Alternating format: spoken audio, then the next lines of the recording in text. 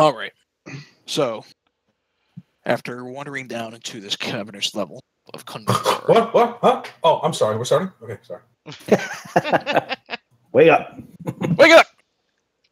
After wandering down into this cavernous level of Kundra and fighting off a number of bat-like, mosquito-like creatures, you found a number of Naked Jewish. a number of what appeared to be catacombs. Not really catacombs, but buried dead dwarves lining up against a bunch of walls. However, you kind of left them relatively undisturbed while your bard wrote the tales of the names across and the deeds across each of the tombstones. You also wandered into a troglodyte den, killing quite a number of them before your ranger managed to pick up one of the young and is currently kind of holding his pocket with the intention to train him. After kind of clearing out a large number of them within their sort of pocket of the world, you confronted their mage leader, who also had a large giant lizard as a pet. He proved to be no challenge for you, it seemed. You wandered on further south following the stream and found a much larger, darker colored, more native subterranean lizard who was guarding two chests, who you also defeated quite handily. Exploring much of the rest of this chamber, you did find an area covered by a toxic yellow mold. However, your 1T ranger, being completely immune to poison, managed to in there, acquiring two short swords, bearing Durgan the Black's smith mark, which is a sword overlaid on top of a hammer. The swords were magical, called Fire and Fury, with their own benefits, and no, you cannot break his compass. Sorry, go ahead. You found a bear den, or a bear that was being kept as a pet by the troglodytes, it seemed. You freed him. You found he was guarding a pot of honey. The pot of honey tasted pretty good. You explored much of the rest of this large chamber, and there are two passages in front of you. One is a pair of stone steps that circles around and leads down further into the natural cavern. The other one is this stone door in front of you that bears a silver rune, which includes Durgan the Black's smith mark. Your rogue had personal business to take care of. His compass was leading him somewhere, and he left in a jiffy, leaving you the orc ears and the short swords. You're not able to open this door in front of you, it seems. You weren't able to pick it. You weren't able to move it with strength. Well. So, where next? Well, I would like to try casting Knock at the Door. Okay. Like that's knocking on Durgan's door. Sure thing. Working on it. Gotta go to spells.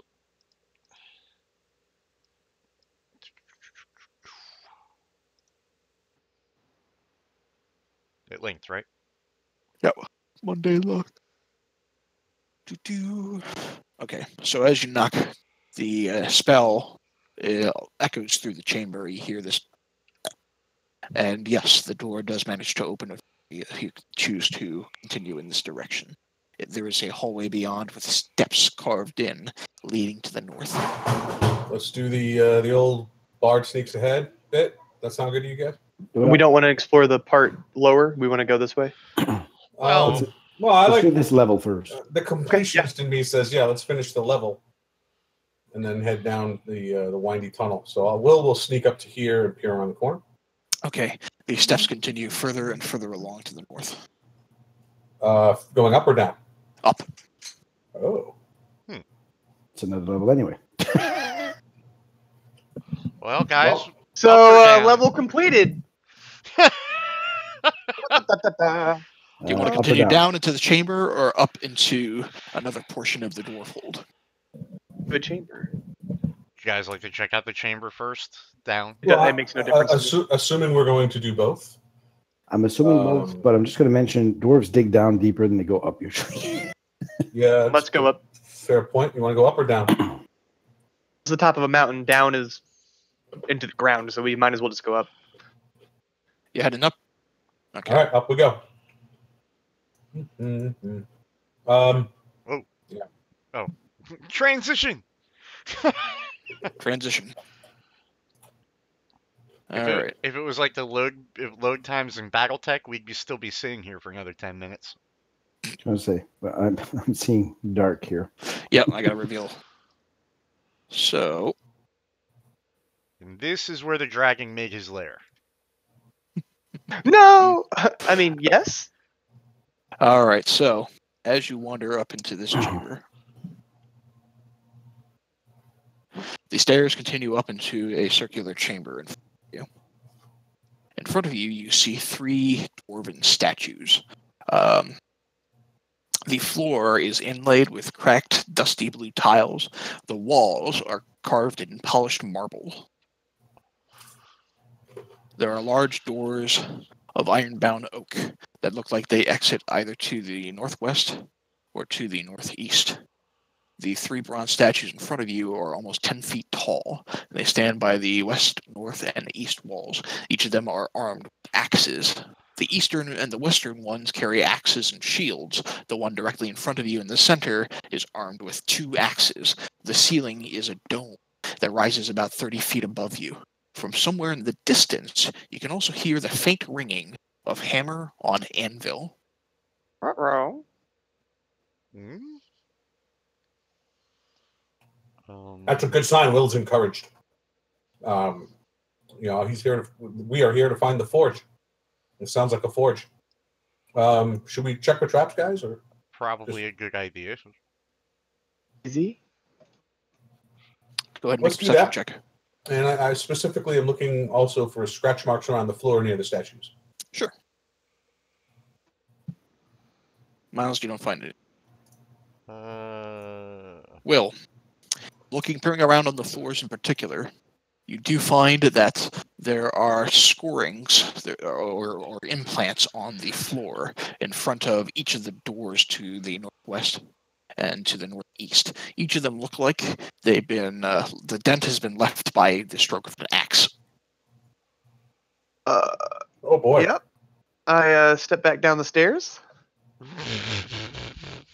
Does there appear to be any? They didn't do anything when he entered the room, so will enter the room. Okay. He'll casually, test the acoustics out. Dome must be really good. Yep, it echoes pretty well, and the acoustics in this room are pretty strong. Okay. Any writing anywhere on the doors and the statues and the floor of the dome? No.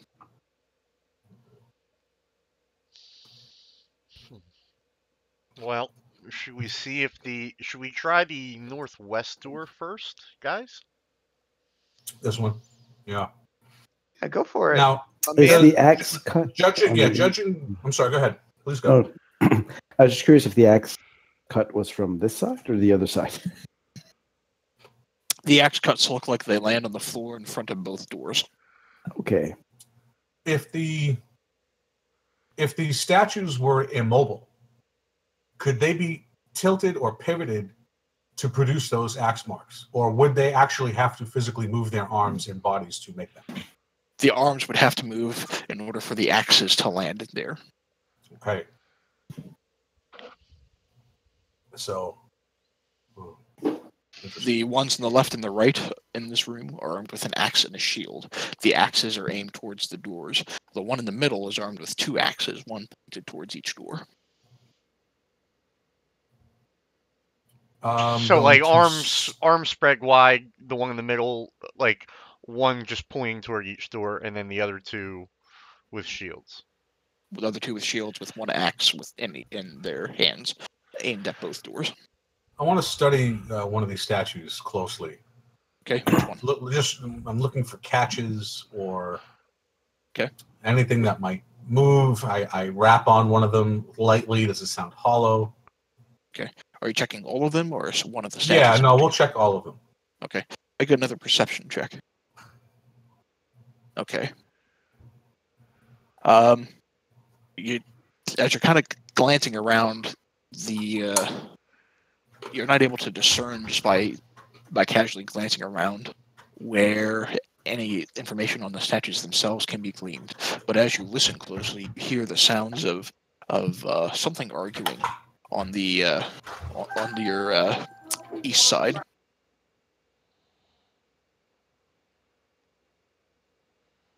More like in this direction.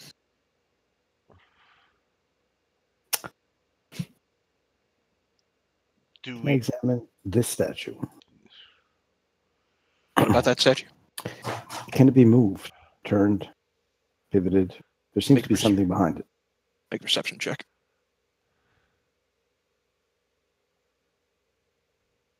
Yeah. Yes, it looks like the statue can be moved ever so slightly and that there is a secret beyond it. I would like to push said statue. Okay. Would it push to the middle, or would the statue stay there, or the? If one way doesn't work, we can try the other. Let's The just start statue pushing. rotates. Yeah, so the statue rotates around towards this door, coming almost face to face with the other statue, and you're able to see the secret door rather, beyond. That Okay. leads up a hallway to another stone door. Okay. Try with either of these doors then. Are you going to try to open one of those doors? I don't know that If that's. they want to. I don't think that's a good idea. Those doors, but if one of you wants to, I'll watch from over How about we just go down to the secret door and listen there? I'm going to listen at this door. Okay, you hear what sounds like arguing, but you're not able to make out the words from this distance. Can I tell how many people? Sounds like two. We're 4. They're 2. Does it sound like Dwarven? No. Hmm. Sounds like common, maybe undercommon. Is this door locked? You haven't tried to open it yet. Can I try and open it slowly to see if it's locked? Sure, you can open it slowly. You can open it slowly. It does look like it begins to move a little bit, so it's not locked. So can I peek and try and see what's in the room? Okay. Peeking inside, the door opens to the south, so you just peeking inside, you're only able to peer into the northern section. Yep. And you do, just peering off to the north here, there's a passage leading off to the north, but it looks like this is a grand chamber beyond of some kind. Then there's a number of circular stone pillars beyond. Do you want to try and do the illusion open door trick? Yeah, right. All right. So you cast minor illusion. I'll open the door slowly while you do that. Okay. With my very dexterous fingers. All right, make a stealth check with advantage then, Tuck. Oh. Yay. Oh. God damn it. Your fingers lose the grasp of the door handle, and it kind of slams a little hard on the hinges as it opens out. But peering into the chamber beyond, you see a campfire, surrounding which is a small gnomish figure with 4 mechanical arms on his back. In front of him looks like a half spider, half man creature. Really? And you see this gnomish creature go up and head, and he says, "I've had quite enough of you interfering with me, trident man." Really? Jesus, this fucking guy again. "The secrets of this forge are mine." And you see the half-rider creature go, in a gravelly sort of voice, "Dude, it's not yours to begin with. You shouldn't be down here." And you watch as the gnome says, "Then perhaps I might be able to convince," and he looks beyond as the door slams open, "then perhaps I might be able to convince a colleague for some mutual benefits." And he sees you, Kurt. Will step The lizard into and the room. Doc Ock are about to fight a Spider-Man? Is that? Will step into the room and That's up to you. and call out, "Why shouldn't we be down here?" Like, this place isn't for your kind anymore, man. The secrets down here are for the people that belong down here. This person here is just going to make it harder for the rest of us trying to make a living down here. Perhaps we can help, says Will. This person would only take his secrets back to his people in order for them to more effectively hurt us in the above, in the away from the Underdark. Surely What some accommodation can be reached. Will tries to persuade them both. Drider is this? Is it your friendly neighborhood type, or let's More the angry back alley. Let's sit around the fire, and as he says that, the fire behind him kind of gets a little fuller and nicer and more welcoming with prestidigitation. Okay. And discuss this like rational beings. You hear the gnomish creature respond. He has already destroyed and killed many of my other major operatives down here. I am not sure this decision can be reached so easily. all right? I go. I don't like the red-haired prick with 8 arms, but I think he has a point.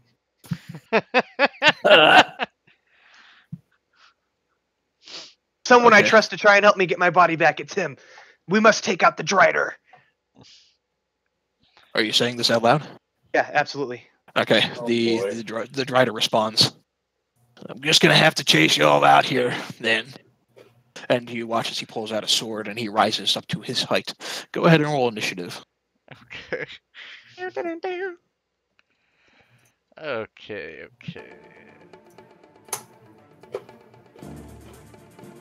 Let me find my damn character sheet. Music. Is the Drider wearing armor? He is wearing... No, he's not wearing armor. But the gnome is wearing that. The gnome is wearing that armor mechanical... thing. Yes. Yeah, okay. Turn that down, but... Music, isn't it? It's the Spider-Man 1 theme. That's what I fucking thought it was! Oh, that makes me so happy. Alright. At the top of the initiative is Jafar. He's gonna bite him. Actually, let me see how far that is. Yeah, he's gonna bite him. Alright.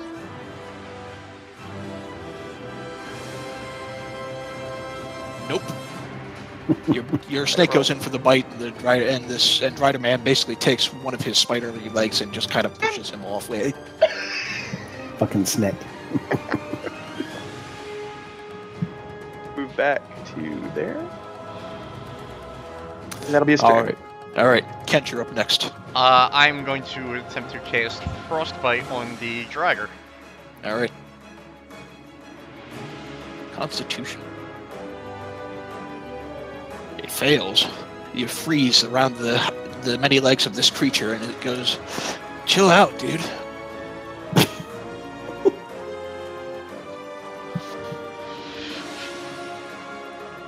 Alright. Are you making any additional movement? I'm going to probably just move up to about here. Alright. Kurt, you're up next. I'm going to cast Hunter's Mark on this guy, just in case he decides he wants to run away. I'm going to track his ass down. Alright. To hit him with my bow and use up one of my Alright, not arches. enough. Does that hit? No. It pings into one of the nearby circular chambers as it resonates throughout the chamber. Are you making any additional I don't movement? think I really need to move. I can move back, I guess. I'll move back to here. Go ahead. Okay. I'm done. Next is Dr. Rock's turn. He will take a step back closer to the fire, and you watch as he uses 2 of his mechanical arms to kind of rise in height, almost to eye level with about the both of you. And you watch as 2 more mechanical arms strapped to his back begin to charge some sort of energy. And as it does, he says, "Very well, I am firing my lasers!" And he shoots 2 beams of energy.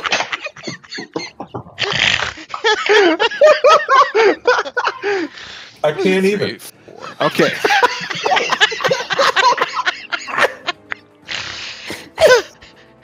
So the first ray he fires is going to be a fear ray, which causes him, the Drider Man, to make a wisdom saving throw, which he critically fails. Drider Man is scared of Doc Ock for 1 minute. Oh, he's got beholder arms!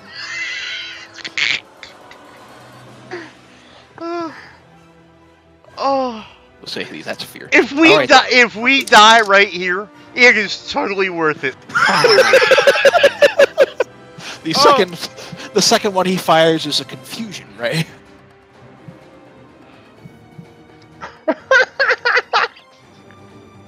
Which Strider Man succeeds on that one. Not confused. Just afraid.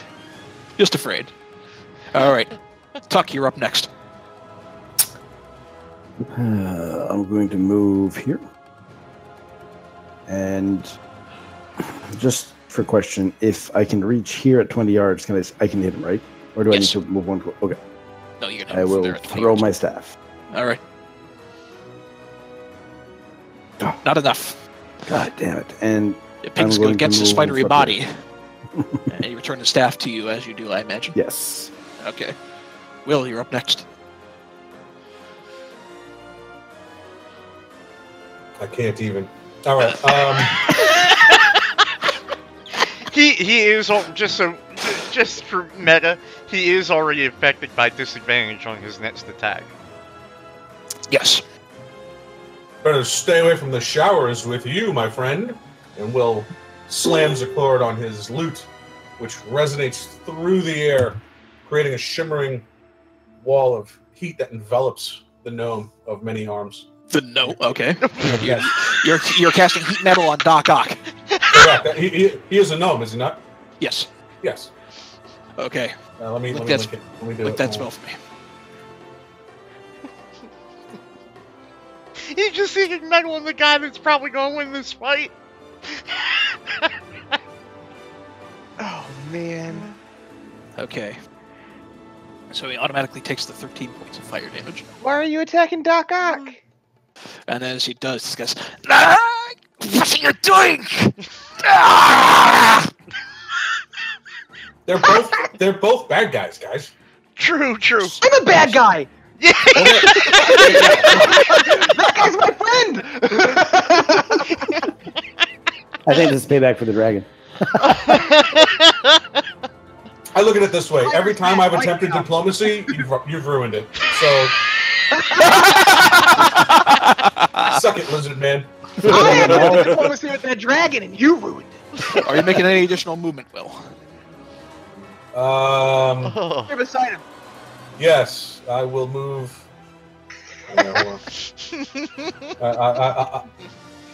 I will achieve cover behind the pillar. Okay.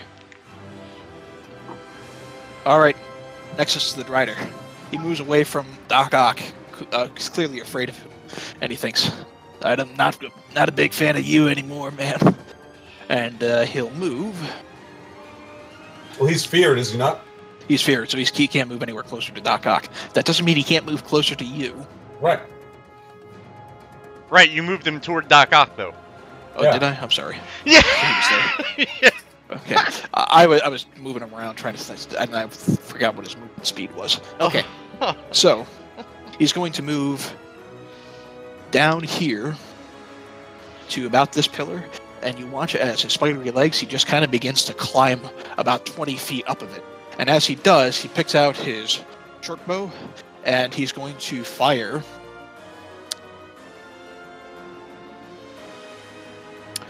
Well, you know what? Before any of that happens, he's first going to drop.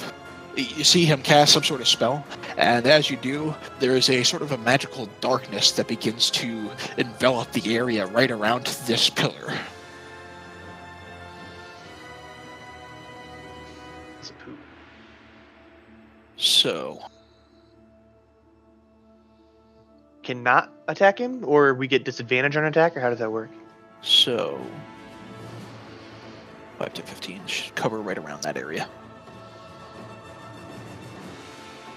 You're able to attack that general area, so if you try to attack him, you'll do so with disadvantage. Okay. You can't see him, but you know he's somewhere near.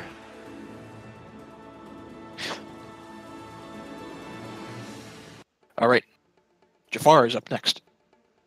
So how high up the pillar is he, so I know if I have movement for it? He said about 20 feet. About 20 feet up the pillar is where he moved. And 30 over and 20 up? That's 50 feet movement to make it to him, I think.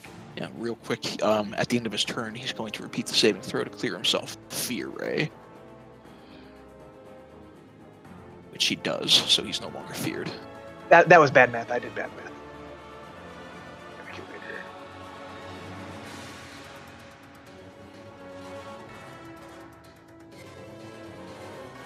It says magical, I can see through it. Do we still have that funny candle?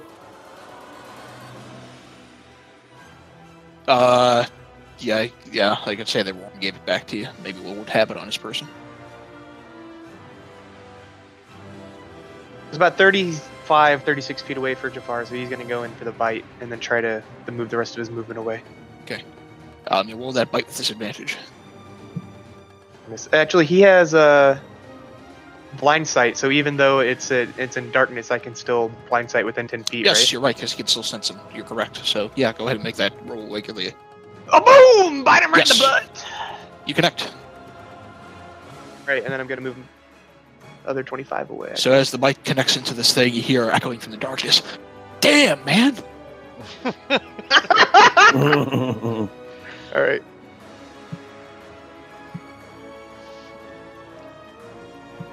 Okay, Kent, you're up next. All right, so I cannot see this thing, correct? Correct. It is somewhere within a darkened sphere that envelops this area, this pillar. All right. Well, if that is the case, I will actually cast into the sphere firebolt with disadvantage. You said? It would be with disadvantage because you know the general direction of where he is, but you don't know where exactly he is. All right. Nice. Yes, it still connects. So you hear echoing through the chamber or through the darkness. You just cast something at me through the darkness, man. All right, and I will All right. remain where I'm at. All right, Kurt, you're up next. Is there a way for me to make like a perception check to see if I can like find him before I fire? Does that make sense? What I'm saying? You're not able to see him through this magical darkness. Fire with disadvantage, but I'm not. I will add, because you have your hunter's mark on him, you are able to have the general idea of exactly where he is. So you would know where he is even in the darkness because you cast your mark on him. That's what I was wondering. Okay. All right, so I'm gonna attack him and use another. Since I know where he's at, so I will not be at disadvantage. Is that what you were saying? You would not be at disadvantage. All right, cool. You know exactly where he is. Well, not that it Okay. matters. Unfortunately, you do not connect. It doesn't seem like the arrow connects into a weak spot on the Drider's body. Drider man. Drider man. I'm all done. Okay. Dr. Octopus is going to take another. Is it another 2d8 fire? No. That's a bonus action on your turn. I get to do that as a bonus action on my next. Okay. Unfortunately, he's not able to drop those metallic arms because they're kind of strapped to his body. So as he wanders down here, he's going to charge up 2 rays once more.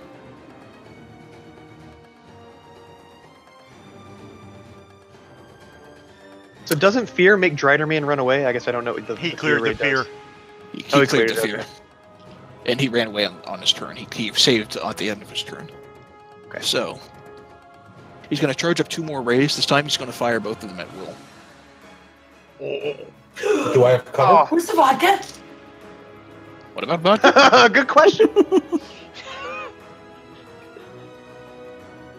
You do have cover, but you're making saving throws against most of these. Whoops. That's my roll. So the first ray you're going to be shot with is that paralyzing ray. So you need to make a Constitution saving throw. Wow, he hit me even with cover. He's parallel with where you are now. All right, you easily shake off the effects of this magical ray. All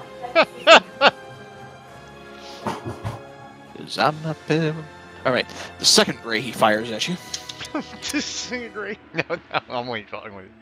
No, but it is a wounding ray. You need to make a Constitution saving throw. Holy fuck!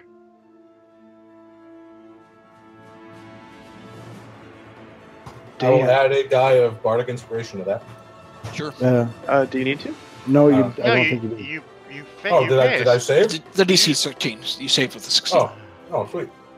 So he's Shake not quite happens. able to shake this. He's not quite able to hurt you as he fires both of these rays at you. And he says, "You will stop this funvey of another bard." Doesn't he take 13? Yeah, I Is it think a half or is it 0? Okay. You do take half damage. Yeah, you're correct. Thank you. So you are taking 13 points of damage.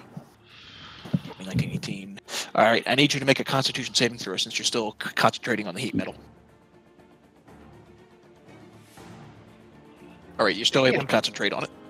So even though you take that damage, you still maintain the concentration. All right, Tuck, you're up next. Okay.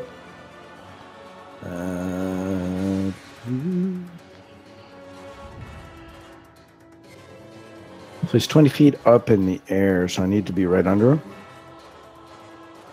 Pretty much. If you were to hit him with a melee attack, With Oh, my with his 20-yard throwing staff thing. yeah, you'd have to be more or less directly. Well, not necessarily true. You could still be within 20 yards lengthwise because you're still throwing 20 yards up. So Right. it's So it's at an angle, it'll still be 20 yards. Yes. So, So 20 long yards within from 20 yards of that hand. lengthwise. That seems far, though. Hmm. Yeah, whatever. Whatever works. I will move here. And throw my staff at him. All right.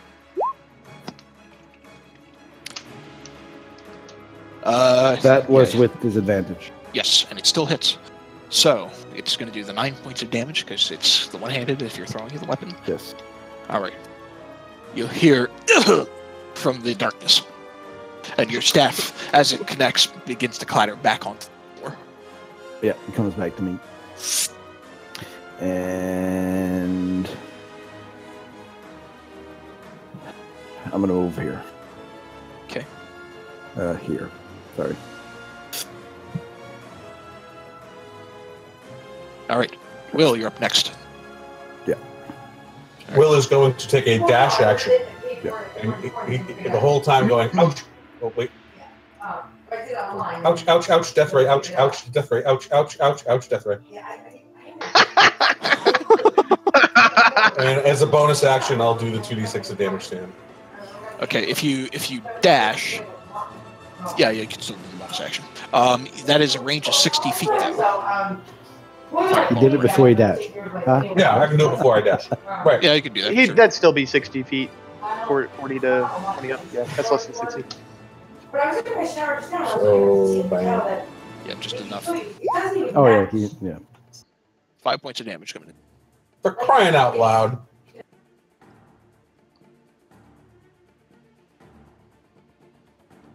All right.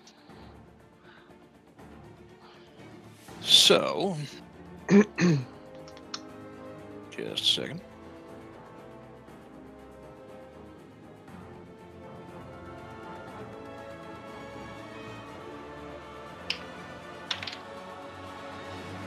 That's a 2d8. You got 5. Okay. So, the Drider Man will go next. He will finish climbing out of the darkness, dispelling it as he does, to the very ceiling of the room, which is 30 feet directly above you. And as he does, longbow still in hand, it's 10, 5, 10, 15, 20, all the way at the very, very top. He's going to take out his longbow and shoot 3 times at Kurt. The frostbolt is going to affect the first attack. So he'll get disadvantage on that one. Because he still hadn't attacked yet. So, 15 doesn't beat your arm class, so that one misses. And then the 2 shots, that frostbolt is gone. A 20 and a 23. God damn. Yeah, unfortunately, you're immune to poison, so you don't take the poison damage, but you're still taking 18 from the arrows as they connect. So how far up is he now? Feet straight up. Sorry, So, I yeah, missed the 100 feet. He's 30 feet up. The ceiling goes 30 feet up in damn. the air. Okay. Jafar is next. Here he goes.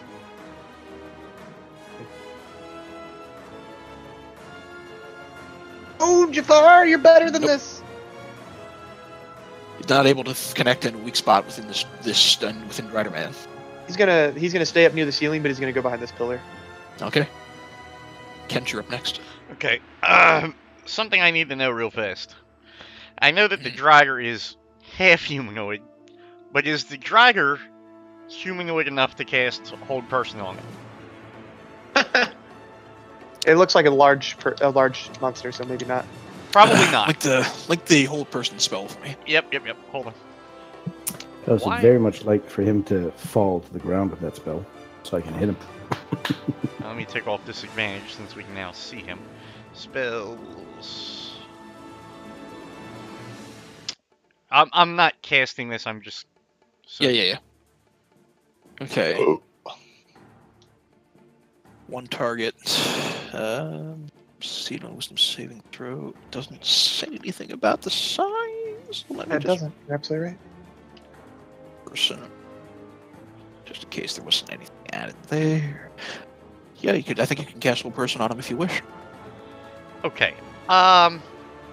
So we're going to do that on him. Okay. And I am going to. Let me. All right. Just. After I do that, I'm going to move to here. Okay. So he'll have to make a Wisdom saving throw. 17 beats your DC, I'm sure. Unfortunately, yes. It manages to shake off the magical effect as you try to go on it. You cursing yourself, retreat down towards the south. Kurt, you're up next. Alright, move that from my thing. Yeah, I'm gonna try to hit this guy one more time. Here we go. Pow! How's that do? Yes, you connect. My hunter's mark gives him another 1 damage. Your arrow sinks deep into this thing.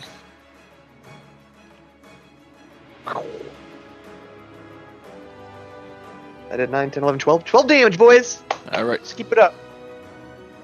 The arrow sinks into the weak spot within Rider Man, and he kind of hisses and says something nasty and undercommon as it does.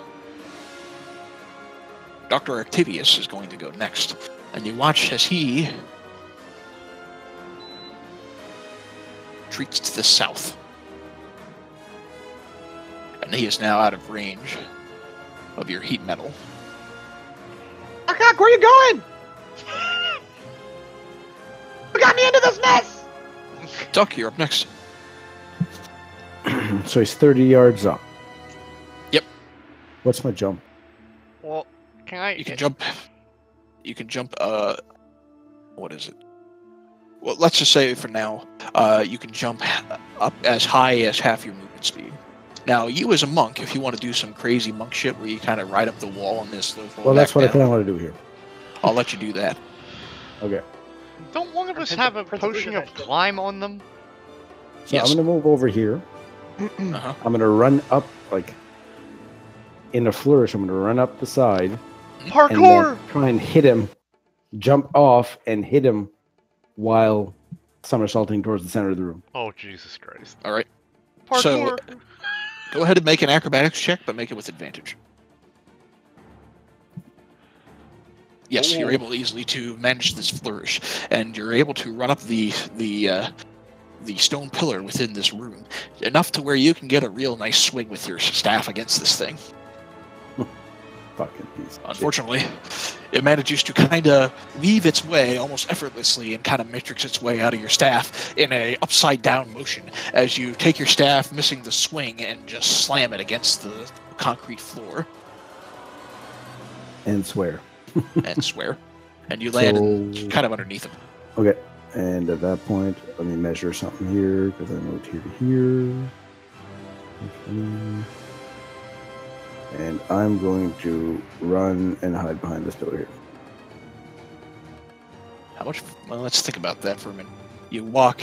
You wandered to this spot before you walked up. Yeah.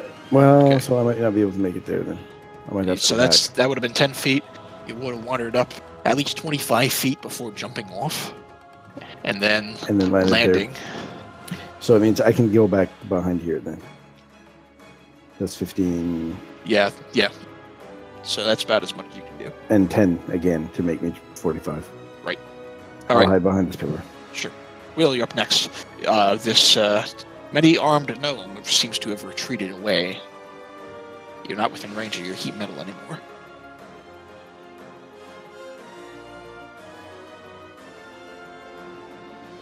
You might be muted in Discord there, buddy.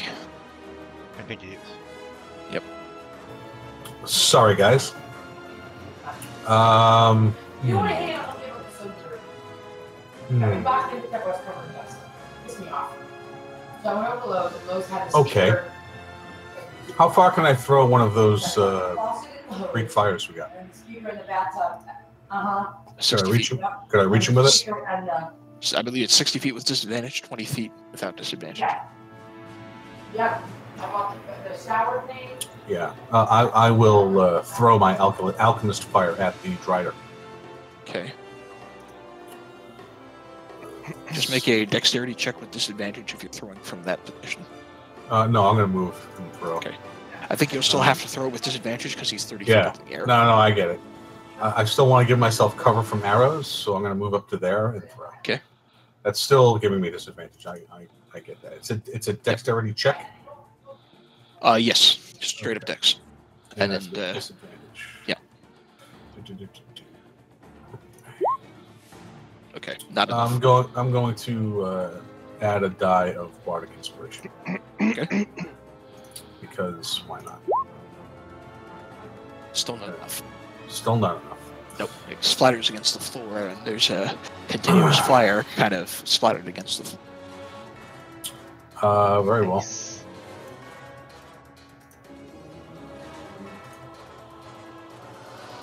Alright. Zidraidaman will go next. He's going to climb along the ceiling to here, and then you watch as he nimbly leaps off, having, while wandering over there, pulling out a long sword? Yes. A long sword. Couldn't remember what weapon he had.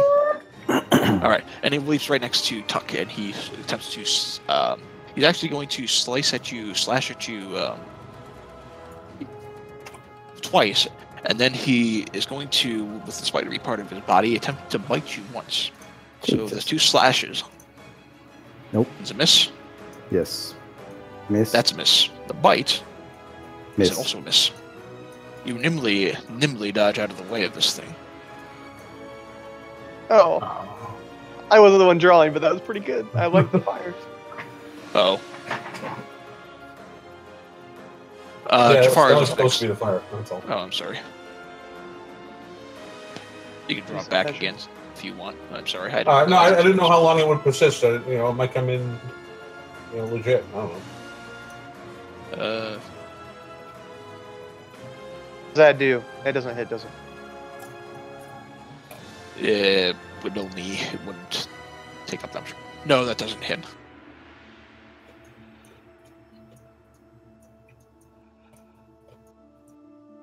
He's done. All right.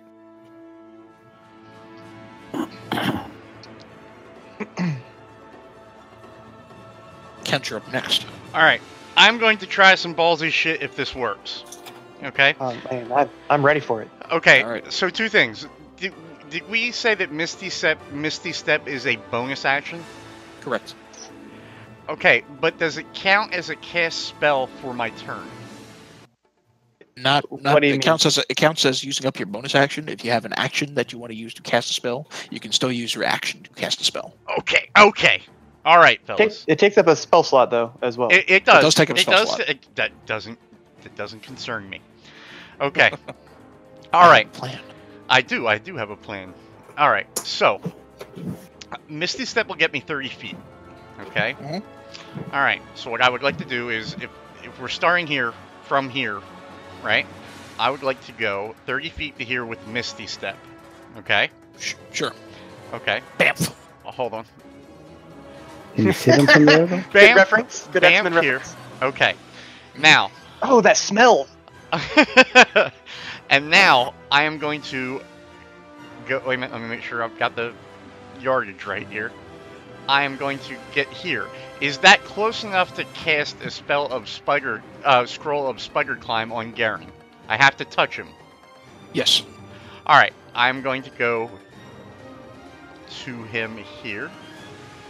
And Garen, I'm going to cast a scroll of spider climb on you. If Nice. the scroll actually works. Let's hope it works. Okay. This Go is ahead gonna and make be an fun. intelligence check. Oh, come on. Hold on. Finding my sheet. Oh, please, please, please fucking work. Yes. Nope. That's an intelligence save, not an Oh, intelligence shit. check. Hold on. Please, please, please Subtract his fucking work. modifier. No! It doesn't work. Fuck. You failed by 1. I'll give him a die of bardic inspiration. You can do that. Roll a d6. Roll an extra 1d6. Well, it doesn't matter. He's going to make it. He Well, needed one. that's true. Yeah. Yeah. All right. You needed 1. So, we'll spend the bardic inspiration. You add it to the reading of the scroll. You almost waver, but you're encouraged on by your You can do by your it! bard. Yeah. You can do it. You're the man. So Tuck, for the next hour, you can move up, down, and across vertical surfaces and upside down along ceilings while leaving your hands free. Nice. Your climbing speed is also equal to your walking speed. Nice. And, I think I would have had 5 feet, but I don't know if you let me take it to go here. Yeah, you can. Because that All was right, 25 to him. Alright, alright! At least this way he has to move to hit you. Yes. I'm gonna move over here, and then I'm gonna do that. Okay. I'm not using a. Oh, all right, 9. I mean, Not quite yeah, enough. 18 doesn't hit. What? It Okay. gets real close, but he manages to see your arrow at the last second and kind of duck his head out of the way before it connects and pings into the far wall. That's nuts. Okay.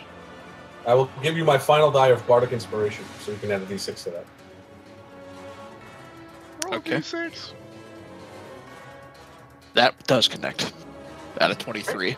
So the arrow, after being inspired by Will, does manage just to sink its way into Drider Man.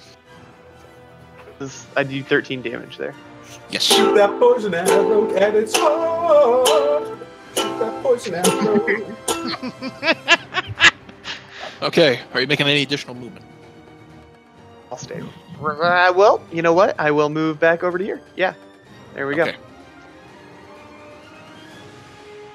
Wandering out from the room, you see Doc Ock, and this time, wandering out from the south room, he is escorted by 3 pale-skinned dwarves.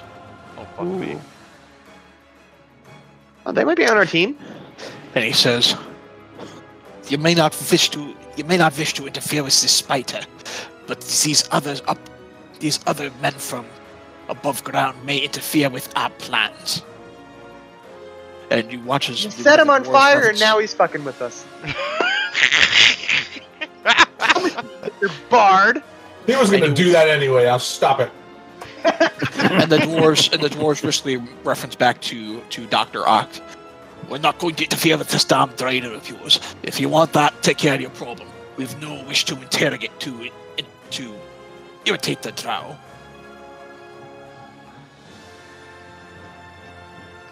And I need to add turns for them. So they're not gonna attack Drider Man, but they are gonna attack us. Fuck.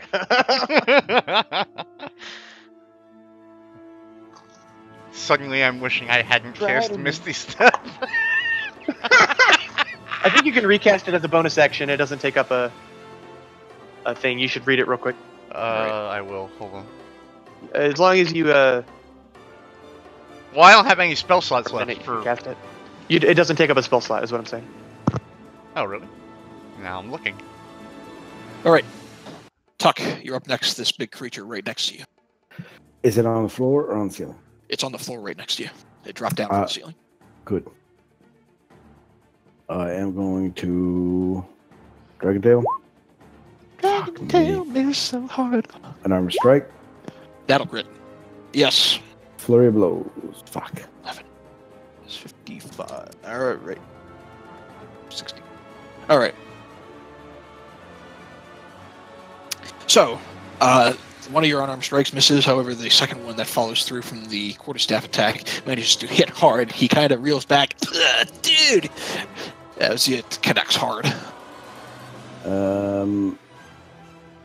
Because I use flurry of blows, I can use one key. I'm gonna try and knock him down. Okay. He needs to do a dexterity check. All right. Fails. He is knocked prone.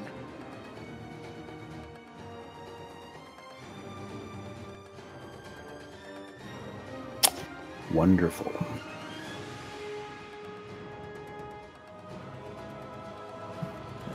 Call that, I guess. All right, Will, you're up next. Will is going to peek out from behind pillar and make with the wand of entangle. Okay. Let's see. 10, 20. 10, 20. So we'll go. Does this guy even look like he's hurt right now, by the way? Which one? the rider. Yes, very hurt. Well, not like he's about to keel over, but he's looking pretty injured. Okay. Jesus. There you go. His spinnerets are dripping. Oh, that's what she said. Hey! Hey! Even my wife in the next room. Hey! All right. So let me just take a look at the wand of entangle. Extends the tangle spell. Bet.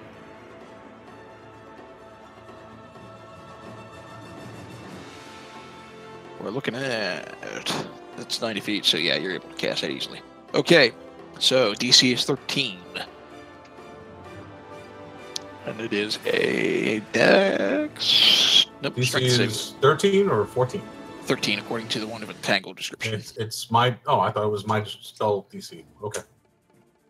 No, it's got a fixed DC on the wand. So it's a DC of 13, and it is a strength saving throw. So, Dr. Octagonopoulos fails and is entangled.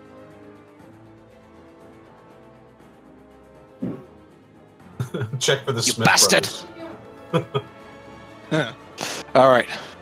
For the two Duragar on the right. Success and success.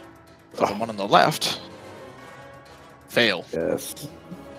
So the one on the left, by the way, he is armed with what looks to be two short swords, as well as a hand crossbow that is currently on his belt. The two dark-skinned dwarves on the right are armed with long swords and have long bows strapped to their back. So right has longbows? I'm sorry, no, I take that back. They have war picks and javelins on their backs. Okay. Got the wrong sheet. Yeah, they have the ones on the right have picks that have been sharpened to a fine razor's edge and javelins on the back. The one on the left has two short swords as well as a crossbow. Okay. All right, so those two are entangled. Okay, are you making any additional movement? No, I'm going to stay right where I am. Okay. All right, the Duragar on the left is going to attempt to repeat the saving throw to break himself out of this, and fail. The two on the right are going to maneuver this way. And that ground takes twice the movement to move through. I don't know if you factor yeah, you're right. So they're really only going to get to about here. And they're going to end their movement there for now. That should be fine. Will they need to remake strength checks if they end their movement inside the entangling area? No, the restraint happens only on the cast. Afterwards, it just keeps it as difficult terrain. Got it. Okay. Drideman is going to get up from being knocked prone, spending half his movement to do so. And with a flourish, he's going to attempt to attack Tuck again. Once with the bite, twice with the longsword. The bite will connect. Yep. 11 points. Twice with the longsword. 17 and an 8. Yep. 17 will connect. Yep. For another 9. Alright, your monk's looking pretty hurt. Jafar is next. Right, Jafar, you can do it. Gonna give him the bites. Yes, we'll connect. Oh, dude, I'm sick of this damn snake. And the snake runs. Yes. Capture up next. Alright, so dealing with our most immediate problem, I'm going to spend 5 feet to come around here. I'm assuming I can hit the dragger in full view. Yes. Okay, so what we're... Oop, clicked on the wrong thing. We are going to do... I closed something earlier, I wish I hadn't. We are going to cast Burning Hands on him. Good. Okay, and Indicating around Tuck. Yes. Here's a question. Yes. Was he still prone when he attacked me?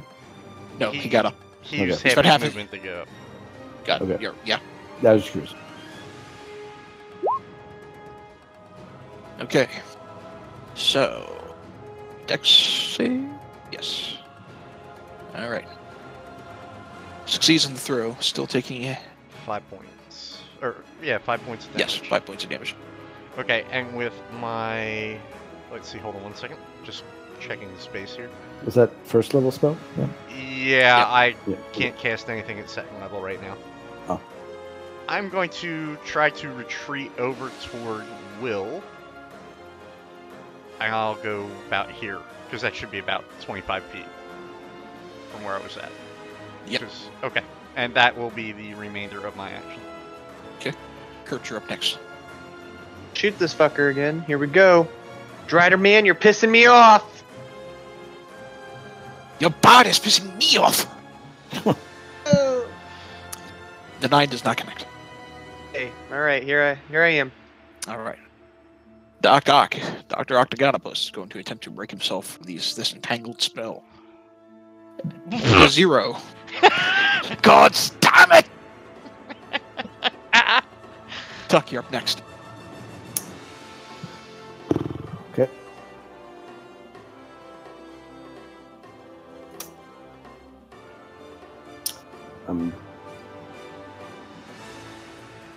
Hang on.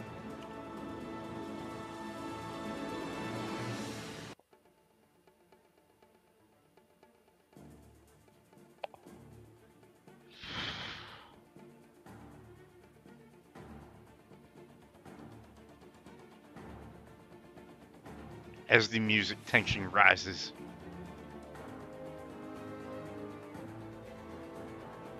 As AC's off the charts. Disengage means, means I can retreat without attack of opportunity. You can take an action to disengage, which means, yeah, you can without taking an attack of opportunity. I am going to hit him with my staff. Okay, that would be an action if you do that. I can spend a key point to do a disengage. Okay, yeah. 18's not going to connect. He manages to parry it with his longsword. And my usual attack, there's 18 unarmed strike, and then I'm going to use 1 key point to disengage, which I can move my movement away. Yes.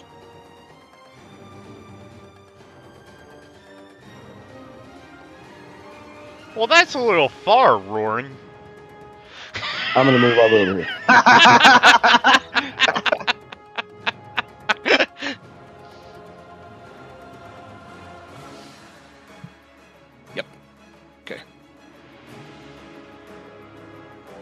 Alright, so you retreat back in that direction.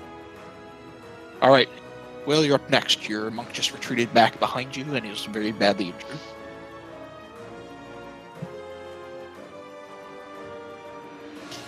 Oh boy. Okay.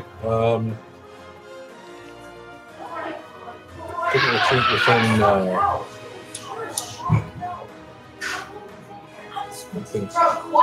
melee distance. Hold on.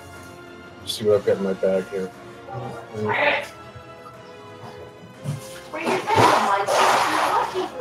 Casting What's in my scroll bag? action. So I got nothing, no healing I can do as a bonus action, so I'm going to have to use my action to heal him. Will. That's a shame because they're all grouped. I was going to fairy fire them. Okay. Will run over to Tuck, cast Cure Wounds, and then run back to cover.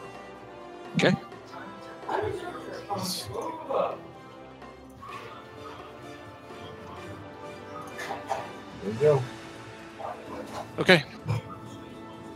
So, you gain 5 hit points back. Like that. All right. The Durgar here to the south is going to attempt to break himself free of the restraint. And this time he does. However, he's not able to move because he has to do that check his turn. All right. The two down here are going to move to here and here. And you watch as both of them begin to shimmer and disappear from sight.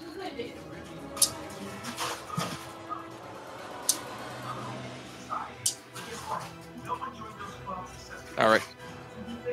The Strider Man, seeing an opportunity here, is going to once again climb against the pillar to the top of the ceiling, and taking out his bow, he's actually going to fire it 3 times at the Durgar down here.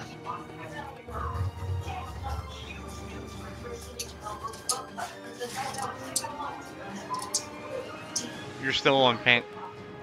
Or no, not at the Durgar. I'm sorry, not at the Durgar. He's going to fire them at Doc Ock, because he doesn't want to mess with the Durgar either. Miss. That's a miss. Oh, no, that's a hit. And that's a hit.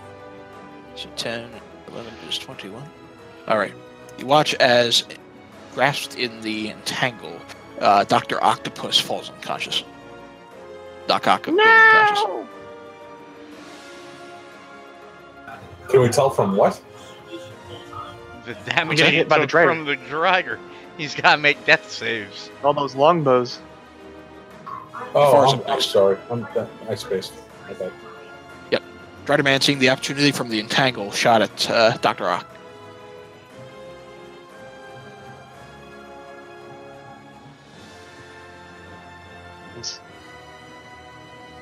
I'm gonna bite you again, motherfucker. Oh, no. Miss. Snake Man. Jeez. Eggman. Kent, you're up next. Magic missile with the Dragon. Level 1. Yes.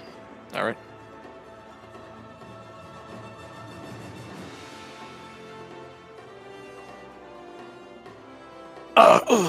Dude. And I'm going to What rolls? retreat back to here. Okay. Kurt, you're up next. Hmm, You also have cure wounds. yeah.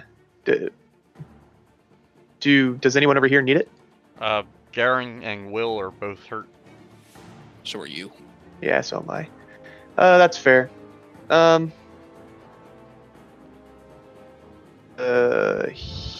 Here. And shoot at this Drider again. Okay.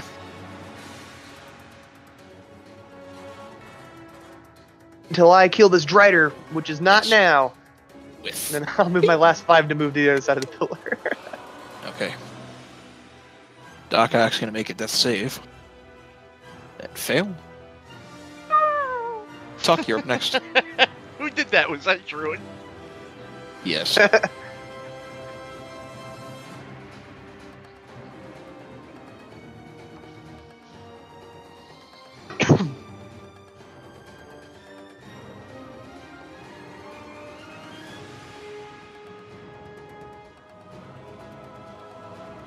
Sorry, the Drider's still on the ground?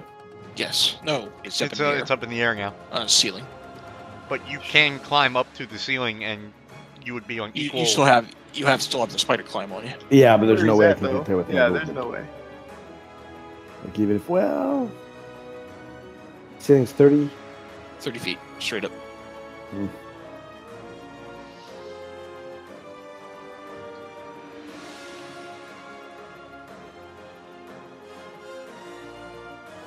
I am going to head down here to help with the door guard because they're going to appear soon.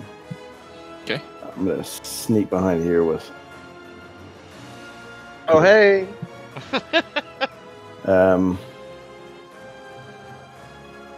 If I ready in action, is that for me to use before my next turn? That, yes. Almost. A ready action would be use it in response to something that occurs before next turn. Trigger and then whatever the response is. But yeah, before you. Okay. I want So- to ready my staff. In case something appears near you. Yes. Okay. Will, you're up next. Thinking.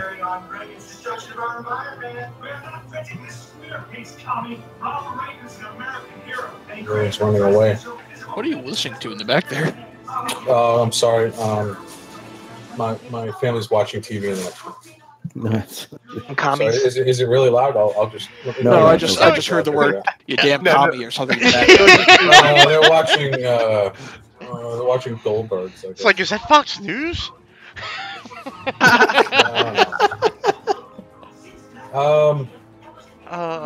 Will is going to. How hurt does this rider look?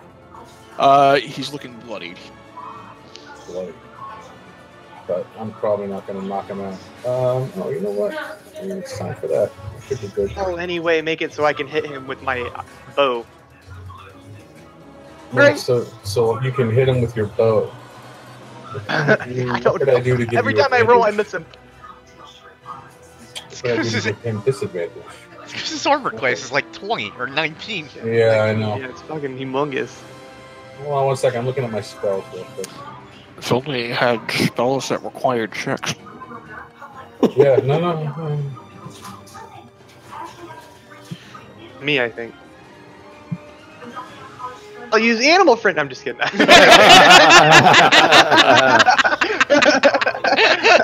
Dude, awesome. If you can do mockery to give him disadvantage or something, maybe. All that does is give him a disadvantage on attacks. Well, he's Yeah, going to attack all somebody. right, I can do that.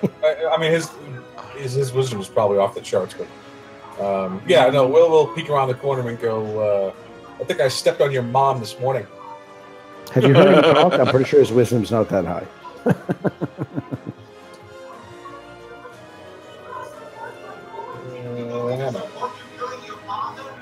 One whole point. Still fails to save. Yay! Hey, and if I hadn't raised my charisma, he would have made it. That's awesome. Dude, that hurts, man. Thank you, level 4. Yeah, he has disadvantage. And the next attack roll it makes. Alright. Watches this Durgar. Gets to about here, and he too will turn invisible. Fuck, shit. Some bullshit. I know I have a flask of alchemist fire on me. Does anyone other than me and what do you call it have it? Roran had the third of the 3. He's still not here. He haunts us. And I'm assuming we don't get I'm assuming we don't get those 2 magical short swords back either. No, Kurt has him. Me. He gave Kurt him all has his stuff. Okay, good. And you have the candle. Alright. Driderman's up next. He's going to move. And he's going to crawl down about 15 feet on this pillar, and taking out his bow, he's going to fire 3 times at Kent. Mm-hmm. You poor thing. First attack's going to have disadvantage. And still roll a 19. Yeah, that hits me. Alright, 2 more shots. 11 and a 14. Neither of those hit me. Okay. Yeah, Thank nice. fucking God. Alright, Jafar is next. You gotta get him, Jafar! He's now about 15 feet down from this pillar. Right. Yes, that'll connect. Yes. I love the fact that your snake does over double-digit damage every time it connects. Oh, you better believe it, buddy. That guy. I have had enough of snakes, dude! Kent, you're up next. Okay. Seeing that I just got plowed by a fucking arrow, I'm going to cast Magic Missile again at the Dragger. Alright. And then I'm going to move. Alright. Didn't that Drider man have disadvantage on that attack? He had Yeah, he disadvantage still on the hit first it. attack. He had disadvantage on the first attack. I see. He takes 10 points of damage. Well, All doesn't he have disadvantage on? Wait, doesn't he have disadvantage on every attack? No, The it's next just attack. the next attack he takes. If he's taking 3, the first one. The first one he gets disadvantage, but that's the first attack he makes. Luckily He he gets failed. 2. Yeah, I'm- luckily you failed the next two. I'm going to move so the Dragger can't have clear line of sight to me. Okay. But he did take Kurt, 10 you're points of next. damage. Yes, he did. Oh, dude. Oh, I'm just having a good time here. All right, I'm gonna try and shoot him with my bow. Here I go. Nope. Just misses. You motherfucker. Okay. The cursing is real. I don't know. I think I'm gonna run this way and die.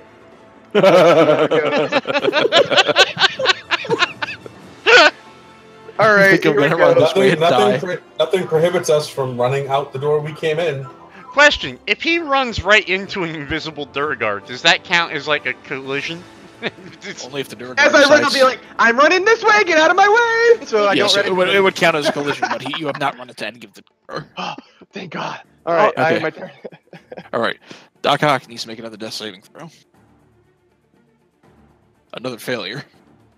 Better live. Tuck, you're up next. I'm going to throw my staff at this square. Here. All right. So Make an attack roll. in this direction, so I should cover 2 of the squares. Yeah. 3. Well, 3. The one right next to me and the 2 near the 20. Meanwhile, they're So, behind right, Will. Not that one. Yep. They're Yep. Go ahead and make an all attack roll. over here in the fucking corner, ready to rape our 2 casters. Fun, my goddamn. And as soon as it hits the 20 yards, I'm going to snap it back to my fingers, just for the record. Sure. All right. As you throw your staff in that general direction, you do hear a "Ah, bastard!" as it connects with a pale-skinned dwarf right here. Sweet. And I get the Right staff then, back. boys, let's do this. All right, Will, you're up next.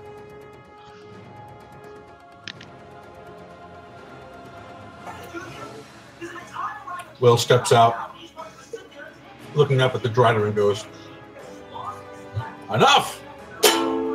Hits a, can't do it on the uke, but like a electric guitar, heavy metal power chord. Boing! I might also remind you that your rapier, you could activate its effect.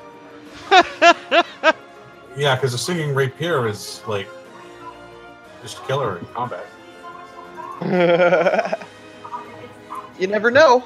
No, I'm gonna cast Shatter on the. Okay. That's a 10-foot circle, so you're going to cast it directly on top of him, I wager. Yeah. All right. Well, try to center it where he's clinging, like to the stone that he's clinging to. Maybe I can knock him down. Okay. So first he'll have to make a con save as the ringing echoes throughout the chamber, and he fails. So, Duh. all right. So he grasps the stone begins to kind of loosen as he's on top of it, and he grasps his ears with his more humanoid hands, wringing in pain. And as it happens, he does fall almost head first to the ground, prone. We'll go ahead and roll another d6 of falling damage.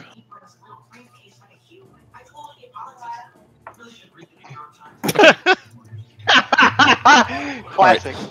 Driderman's looking in a state here. All right. So, Now, did he fall prone? Or no? Wait. yes, he's prone. Wait, Okay. wait. What's up? Wait. Wait. Wait. Oh. All right. So, breaking out from invisibility by right into Kurt is that fellow. He's going to swing at you twice with his short sword. Miss on the first attack, which is good. Block We these got attacks. sneak attack. What the fuck? And the second attack is a 12. It also is Miss. a block. Stop it! I'm trying to save your friend, our mutual friend. Your damn teammates. Your damn teammates are trying to kill us. All right. I sputter at him. I don't have anything to say. I don't know. Yes. All right. So. All right. The 2 remaining ones go. So first thing that happens is you watch, as this one moves behind this pillar, and he roars. And as he does, you watch as his size begins to increase. And in fact, it practically doubles.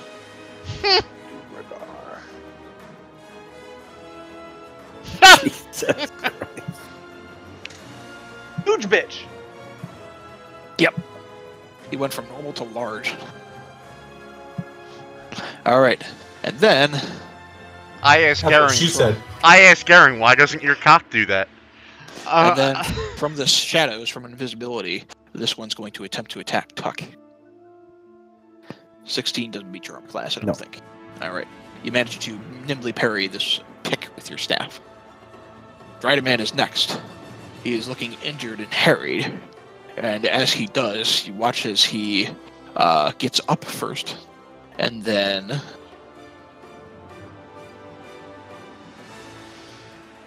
he begins to skitter. To that direction, just a little bit. And with his bow out, you're all kind of in cover. He's not really able to see any of you. So, Jafar, you're up next. You can see the dwarves. You can see the dwarves, but he doesn't want to tangle with the dwarves, it seems like. It seems that way, huh? All right, let's see what Jafar can do. Here we go. Not gonna go well if this does not kill him. Oh, fuck me! Jafar, get out of there! Oh, fuck. Still in melee range. Kent, you're up next. Alright. Oh, then why didn't I just melee from here instead of going so far? Damn. Okay, well. Alright. I'm going to take a step out to here. That should be about 10 feet. I'm going to cast Magic Missile at the Driger again. Okay. And that will be my last Magic Missile and spell slot. Alright. Roll good, guys. How do you want to do this? Am I killing it? Am I killing You're it? killing it. You're killing Okay. it. How do I want to do this? I've been thinking about this for a while. I twirl my hands in the air, and you see the 3 magic missiles kind of swirl around my head. And then, if you guys ever seen Dragon Ball Z, Yes. Have I? you know when Goku or somebody's flying and like they make that second like the second speed into like it just like kind of envelops like a sonic boom goes around them. That is how I would like to kill that fucking thing. Okay. The swirls of your magical missiles begin to envelop this thing as it slowly attempts to try to skitter away from this chaos that has enveloped. And as it does, it creates this huge, almost arcane blast of energy as echoes throughout the chamber. Oh, dude! And he falls limp and dies. Okay, and then I'm just going to take a step back into that. Hooray! All right, Kurt, you got one of these pale-skinned dwarves enlarged. One's engaged with Tuck, and this other one, armed with 2 swords, is next to you. I'll use a bonus action to tell him, you can attack me if you want, but I'm running to save Doc Ock. And then I'm gonna run past him and run into here. Okay, as you pass, he's actually going to not attack you. Oh yes! All right, I'm gonna cast Cure wounds. All right, here and go down a slot. all right. Oh my God! Tuck, you.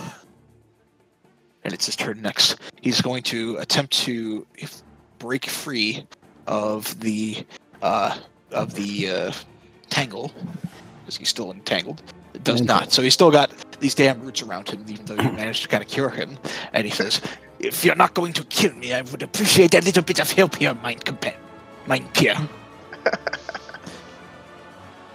Tuck, Why are we being friendly with this guy? Okay, I don't know why you guys would be friendly with him. I don't think you have a reason to, but I'm being friendly with him because I have been turned into a fucking lizard, and I want to be a human again. And I think this guy can help me do it because he seems like a very intelligent scientist. Okay. I'm going to use my action as disengage. Okay. Can I do that? Yeah, I can. Yes. And go hide up here, away from the big motherfucking dwarf. Will, you're up next. What are you doing? Oh, boy. I'm half tempted to recast Entangle on that same area. Oh, jeez. I mean, sure. I would entangle the big motherfucker as well. Yeah, that might be not a horrible idea. Is it a strength save? It's a strength check. Or no, it is a strength save. Do we, just stepping out of role for a moment, do we know why you want Doc Ock or what your connection to him is? I don't think I've explained explained it to the yet. party, no. I mean, but But you do watch as your ranger is trying to save this gnome. Unbelievable. You would know that the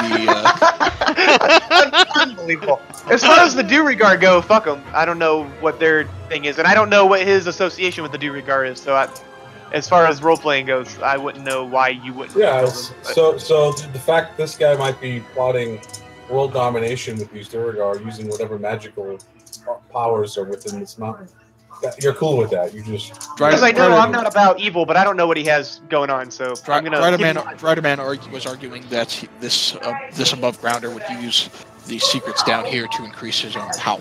Yeah, And exactly. that power did not belong to him. That guy's a half spider Yeah, fuck. and then- I don't care what he has to say. Then he starts throwing like threats our way, and I was like, okay. And then, well, he started throwing threats your way because you kind of heated up his mechanical arm strapped to his back. Well, no, before the fighting even started, when I was trying to be diplomatic, he was, No, he was arguing that the Driderman had already killed some of his compatriots.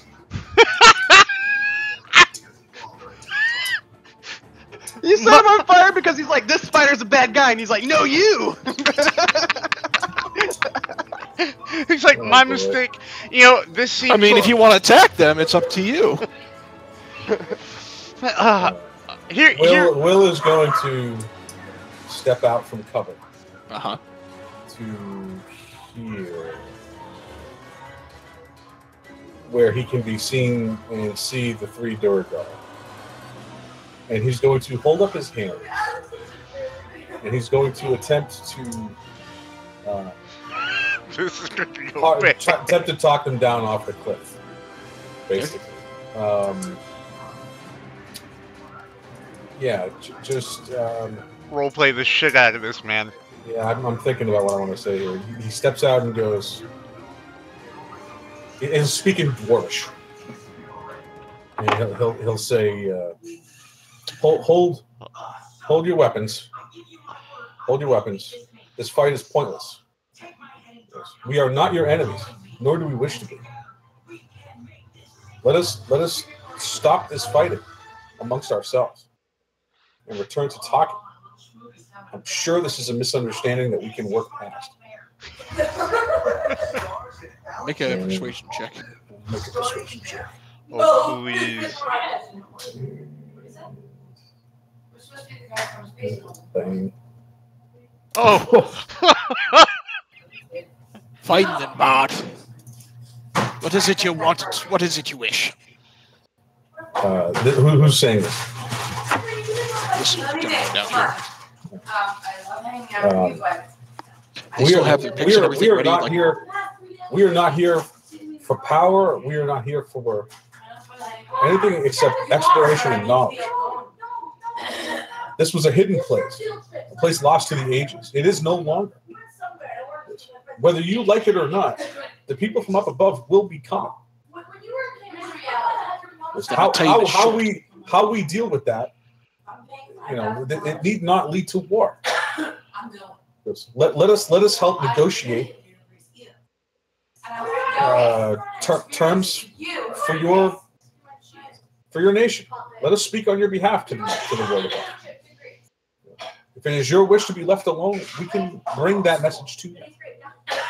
But it must start with us talking and not fighting each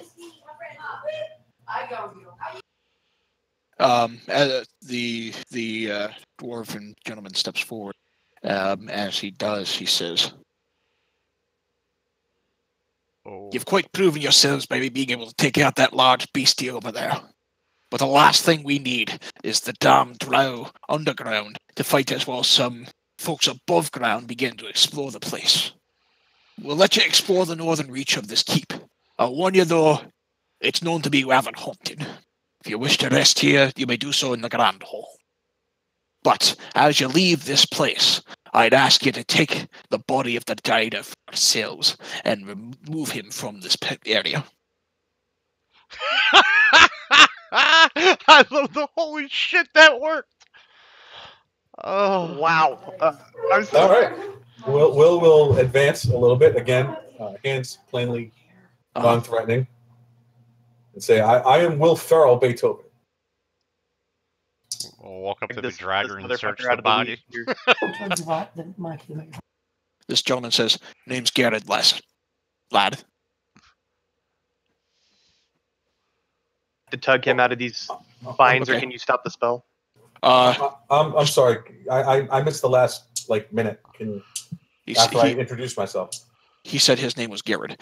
Kurt, you're helping him out. Just make a strength check. Can you type that into chat, his name? And found if the it's vodka. within my power to undo the entanglement, I will. I found the vodka. Oh, good girl. Okay. He said he's going to undo the thing.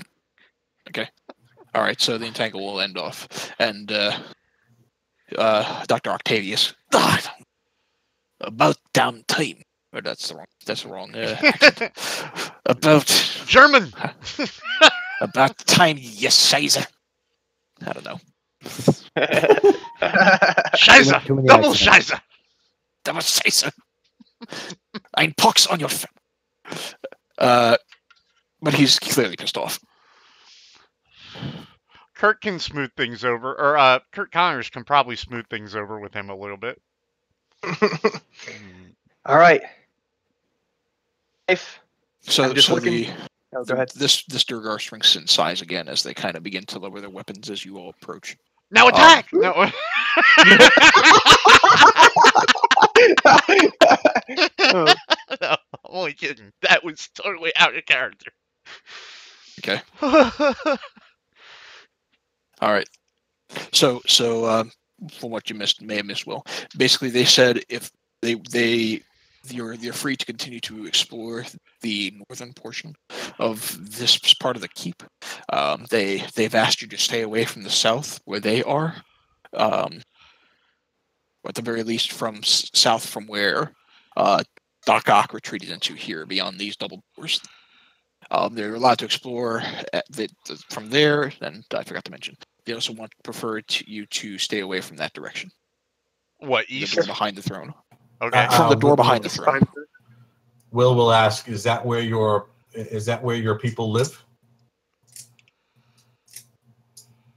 In all fairness, laddie, if you just stay away from those locations, that's where we're operating our little business down here. Very well. Meanwhile, You're free to explore the northern portion of this chamber, as well as that door beyond there. But I warn you, much of the rest of this place is haunted. Hey, really? What can will ask him? He says, in the tales that led us here, there was talk of a forge. The legend of Durgan in the Black is a powerful one.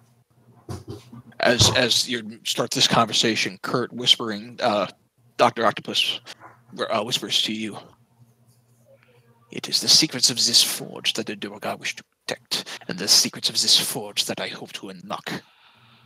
I have bribed them in order to allow them to hopefully aid me in my search of Durgat in the blacksmithing techniques.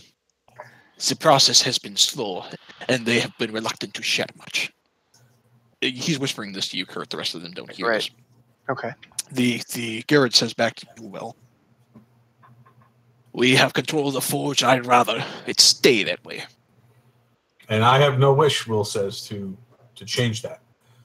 As I said, we seek knowledge. That is my one and only goal here. Tuck understand. and Kent, what are the rest of you doing while this is going on? I'm searching this body. Okay, go ahead and make a perception check for me. Okay, I was gonna say it's huge. So hold Yeah, on. it's not going to require a significantly high DC. Yeah, but hold on. Perception. Watch, I'll roll it. Tuck, are you also helping to search this body? Yes. Okay. Apparently, it requires a higher check than that. Why don't you go ahead and make a perception check as well, then, Tuck? Okay. Kent, you find strapped around one of its spidery legs is some sort of fanny pack. Inside is what appears to be maybe 50 gold pieces. Okay. Now, Tuck, you find something of interest. Hiding underneath or hiding on the rider's body is what looks like an onyx statue. The statue looks very, very similar to that of a cat.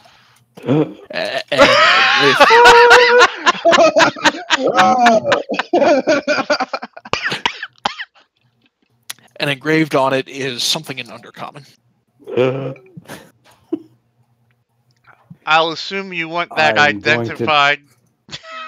I'm going to tuck that into my backpack for the moment. And I will want that identified. It's a statue worth 5 gold pieces.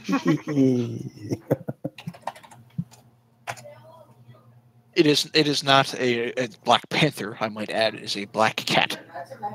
I know. Okay. Still. Happy cat.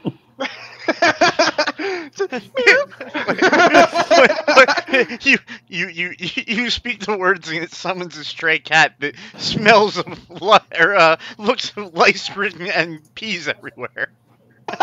So it just starts spraying all over you.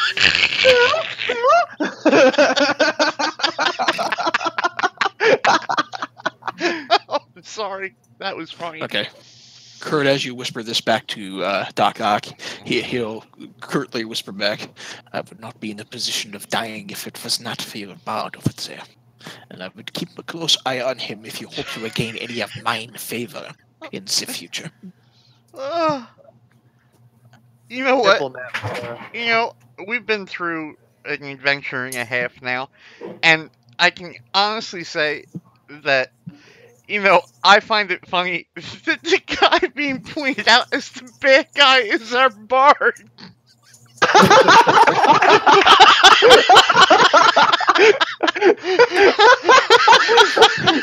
The irony. Hang on. So it's all about perspective and the characters involved. Super Bones over here talking about that bard's an ass.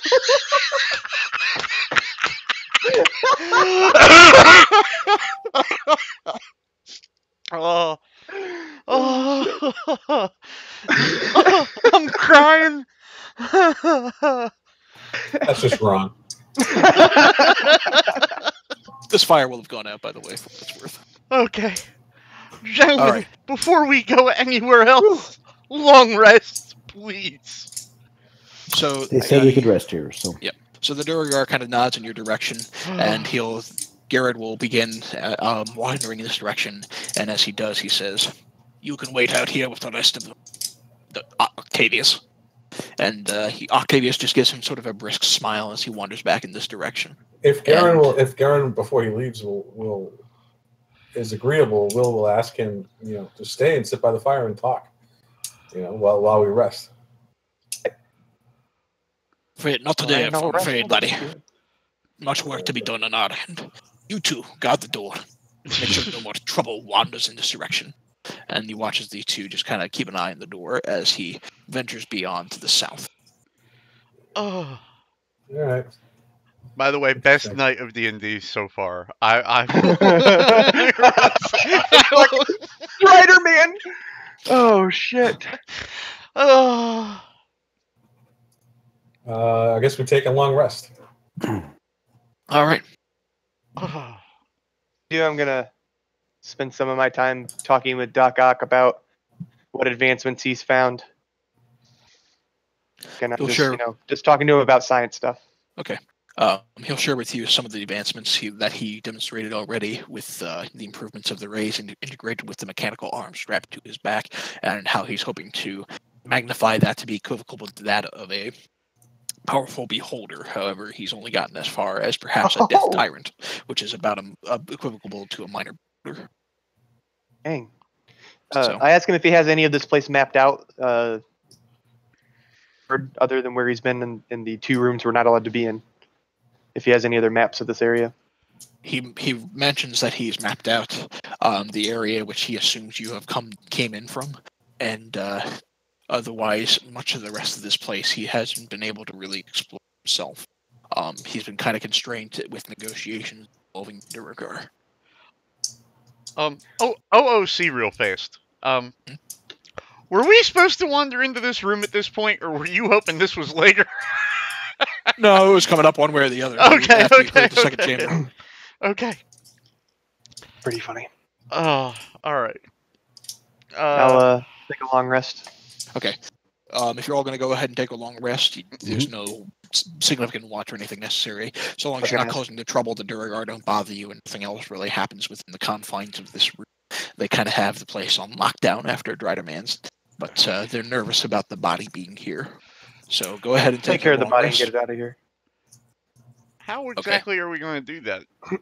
Do we just like drag it out of here? Like what are they requiring of us? What They just want the body out of here. They don't want to be associated with a dead rider on their hands.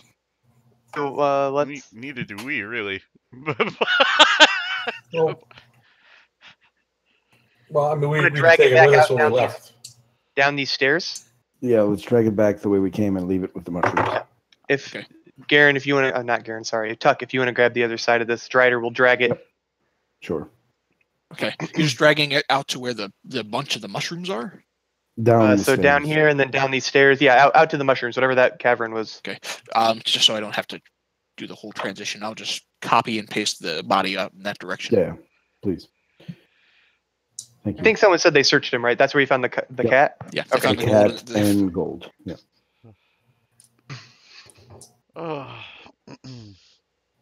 The time to identify that thing while we were long resting, or how did we do that? I can take 10 minutes while at the beginning of the long rest and should be able Sure. Identify that bitch. Okay. to. Alright, mark Pant if you want to mark that down. Yeah, I get it. And assume that I gave you the 50 gold pieces. Yep. And by the way, I would just like to say to your wife, good job on finding the vodka. I will tell her. Yeah, she panicked for a minute. I'll add on there too. The cat can speak common. The cat can speak common and it can communicate with you telepathically. So basically, it's a scout. It can turn invisible and scout. Pretty much. That's pretty awesome. However, it Thanks, has a man. pretty long recharge time. 7 days. Yeah, 7 days. Cool. But on in an emergency, I'm assuming it has intelligence of 8, but it probably has stats when it comes out to. It can attack. Stats. The stats would be very equivocal with that of cat. Intelligence of 8, but the mannerisms of an actual cat. So you can tell it to do something, and it's gonna be like, meh. It's basically Garfield. But it can speak common, so it can hear me. Well, it doesn't Hear mean you, it's can gonna understand listen to you. And that's with Tuck, correct? Right now, it has the cat. All right. Oh, We still have and, that magic red apple. By the way, Kent, one other thing. Yeah. As you identify the Onyx cat figurine, I did mention before it has some runes engraved in common. And as you cast your identify spell on it, you learn that in order to summon the cat, you have to speak the name engraved, which is Felicia.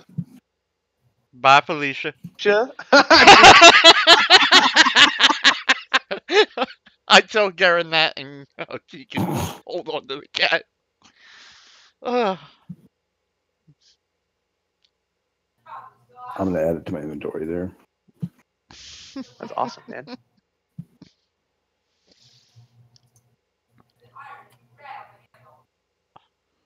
Oh man. Can be summoned. Will spend some time during this long rest trying to attune further with his sword. Oh, See what else it can do. What other Okay. songs it might know. Killy. Because we're taking a long rest, you always ask like if somebody's on watch, like what do you call it? Now, Yep. I'm attuned to the staff, correct? You're attuned to the staff. Okay. Do I have any idea what the hell it did the other day? Nope. Okay. It's not part of it. It's not part of its natural abilities that you're aware of as part of the attunement.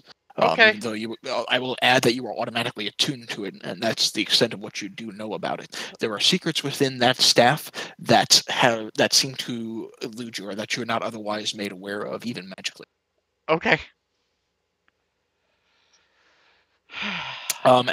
Will, as you kind of try to attune yourself closer to the singing rapier, although the effects aren't immediately clear as to what they do, some other popular songs some other popular ballads that it can sing include Another One Bites the Dust, Footloose, Thunderstruck, which you already learned, Highway to the Danger Zone, Devil Went Down to Georgia, and We Didn't Start the Fire.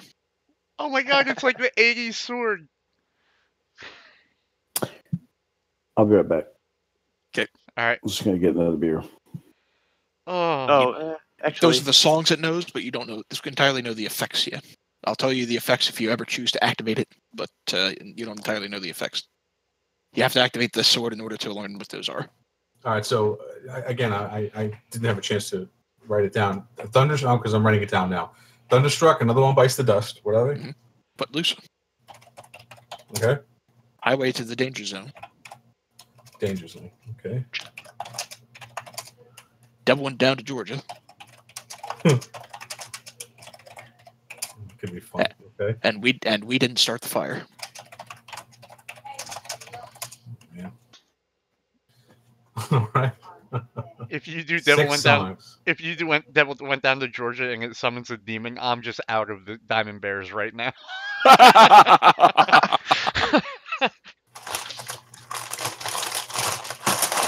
You summon Orcus from the demonic. Oh. Okay, you've taken your long rest. What would you like to do? When Garen gets back, I would suggest that we venture north. So the two doors the Durgar asked you not to we go want to go north. are the double doors that they're guarding, as well as this one behind the Right. We can go northeast, northwest, or the south door over here to the southwest. or back to the other chamber and down below. Yeah, yeah, that's fair. While we're here, let's do these doors. I would say northeast first. Okay. That's fine. Okay. Whatever you want to do. All right. So the door in front of you is a typical door. Now he said it was haunted. They said that the other areas of this chamber were haunted and cursed. Haunted and cursed. Okay. So that they're welcome to you exploring on your own behalf and gaining knowledge, but they warn you that it could be perilous. All right. Well, we're going to let them know when we're ready to start off that we are actually going to go exploring. And we will return. Okay. Dr. Octavius is going to stay down here and wait for the return of of Garrett in order to continue negotiations, not wishing to really needlessly venture on into haunted portions of this particular keep. And the Durgar are going to continue to guard the location. Does this door appear trapped? He'll listen. Make a perception check. And there comes the cursed part. Not to you. Looks good. Well, you are back. We are back up to full hit points. All right, let's slowly peek through and try to be quiet about it. Peeking through, you can see a little bit of the room itself just by opening it up for itself. There's a hallway of some kind that continues off to the east. It looks like there might be some sort of pool in the center. You can also see bits of smashed debris kind of scattered about the floor. I asked Will, do you hear anything? No, not at all. All right, I'll open the door. As you open the door, it creaks a little bit, but you do see inside. There is a dark pool in the center of the room, and the chamber itself is somewhat large. Plenty of bits of smashed furniture, as well as miscellaneous other debris, are scattered about the floor. There is a passage to the east and a passage to the west. Okay, being careful about it, moving half speed to try to avoid any traps. Uh-huh. I'm going to sneak up to this corner and look down the hall. Okay. A couple of things. As you begin to look down the hall, it continues on to a much longer passages with multitudes of doors. As you continue along down that passage, as he enters the room, the rest of you doing? I'll move up behind him slowly. Okay. I'm going to do the same thing he did, but go to the other corner to see if I can look around, see what's down the hall. Okay. Kurt, are you staying back there? I'll follow him into the room, but I'm Okay. not like I'm torn. Okay. Peering down the other hallway, it is comparatively a smaller hallway. You can see that one of the doors at the end of the hallway looks like it might be slightly ajar. As you all enter the room, however, you do begin to hear sort of a soft but weird noise. It starts soft and unrecognizable, and you can't quite make out where it's coming from originally. And as you listen, you hear it sounds like Dwarvish, and it sounds like curses. And at first you're afraid that it might be some sort of magical curse being uttered in Dwarvish, but as you listen, it sounds a little less like a Dwarvish magical curse, and more like a dwarf with a foul mouth, almost as foul as Tux. Almost. And it begins to get louder and louder. Before we investigate that, I would just like to look into the pool and see if I can discern anything. Okay. Yeah, let's investigate that. Go ahead and make a perception check. Yeah, hold on. Okay. Unfortunately, there's nothing. There's no. Persuade. Wait. That was well, shit. I rolled persuasion, not perception. My eyesight's going. So my bad. Sorry. Okay. Yeah. Go ahead. You persuaded the DM to think that that's a perception check. Okay.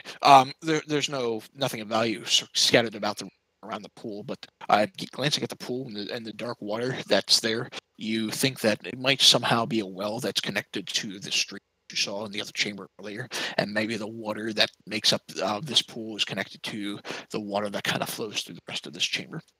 Now, as you're listening, go ahead. I was gonna say they have plumbing that goes vertical. What wonders will never cease. Okay.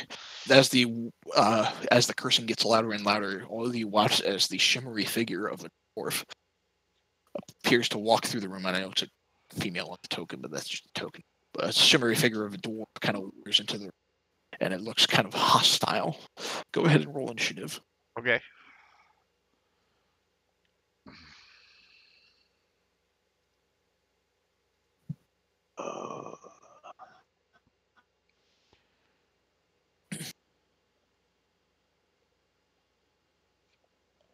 So, by the way, with your initiative there, if you Miles, if you hover over it, it'll I don't know why it's showing it in red there. Yeah, it says I. But it shows you rolled. Yeah, it shows 1d20, 1d20. I think it might be rolling. I think it's two broken. 1d20s anyway. I don't know. I think it's rolling 2 d20s on your first roll because it means you failed one and got the other one. It shows this second one did something weird too. I don't know. Anyways, what were you saying, Kelly? Never mind.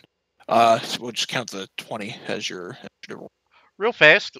Roll off click on your character and see if it does that again. Like make sure you're not clicked on your character and see if it gives you that same error. Here we go. You might have disadvantage or advantage check. Maybe. Well, he's supposed to get advantage. No, I just on have his- normal. Well, we'll count the 20. He as a ranger, he gets an advantage on his initiative roll. It's just the system doesn't seem like it does the typical advantage. So Roll this guy. You got a 6. Fuck. all right, Tuck, You go first. This dwarvish ghost seems to have wandered into this chamber. Can I cross the pool? Or go around? You could try to jump it. You've got 45 movement.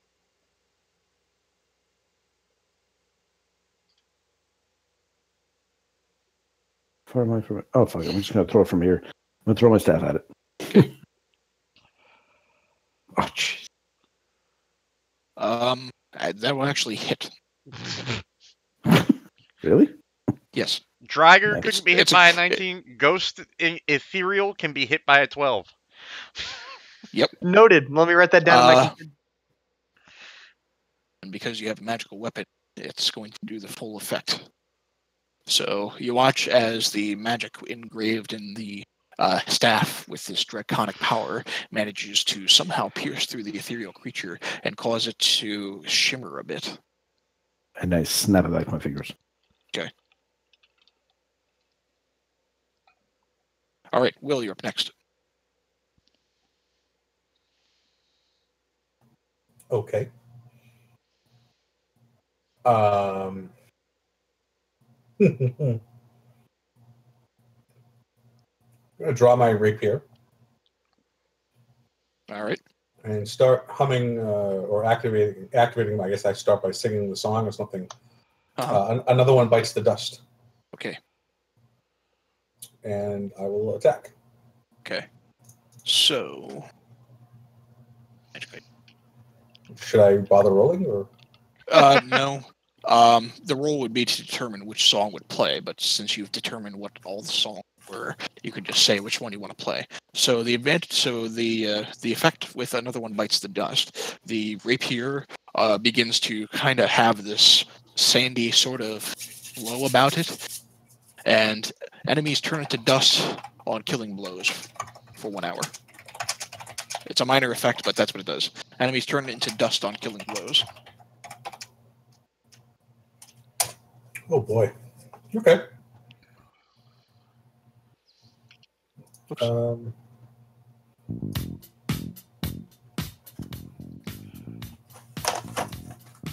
it begins singing. Okay, the 23 will connect. It slices hard into him. Love it. All right. Kurt, you're up next. I'm gonna shoot him with my bow. All right. Little bow. Ow! It connects. This creature shimmers as your arrow connects, but this thing is still speaking dwarvish curses. 8 dwarvish curses. Well, I will cast a firebolt at the creature. All right. Oh. Does not connect. It goes wide and pings against the far wall. Here's a question, Kurt. Doesn't your charges recharge after a large or a long Oh yeah, rest? you're right. I should have rolled for it. All right. Let me find Far. I'm gonna try and bite him. I wonder how this is gonna go. It doesn't. All right. Because ghosts can't be poisoned. No, they cannot be poisoned. And you watch as your snake kind of goes for this thing and tries to bite down on it, and it's like biting through air. It just doesn't connect at all. Jafar, you'll get him next time. Okay. It's this turn next. It will kind of reel back a little bit, and you watch as this horrific sort of ghostly visage begins to kind of overwhelm you. I need you all to make a wisdom saving throw.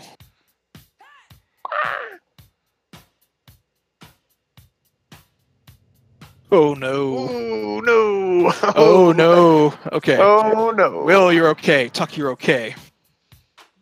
Now. So. Kent, you are frightened. And Mr. Connors, Dr. Connors, you are frightened. Okay. And on top of that, Kent, you age by 30 years. Yay! Kurt, you age by 10. So Kent, you watch as this thing sort of overwhelms you, and as you get incredibly frightened of it, you are no longer a young man in his 20s. You are now an old man in your 40s. Your hair is beginning to gray. Well, older. 30, 40, Your hair 50? is beginning to gray. Your back is beginning to stiffen a little bit. Kurt, you just feel maybe a little bit wiser. That's not a huge effect to you, but you certainly just.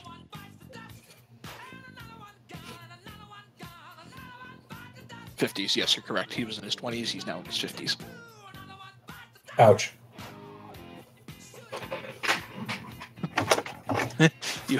And if you want that reversed, you have to visit a shrine very, very quickly.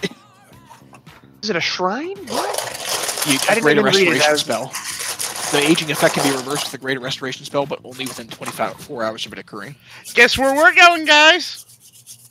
We're going to see Bob Ross. Does he have a shrine? There is a shrine in the town.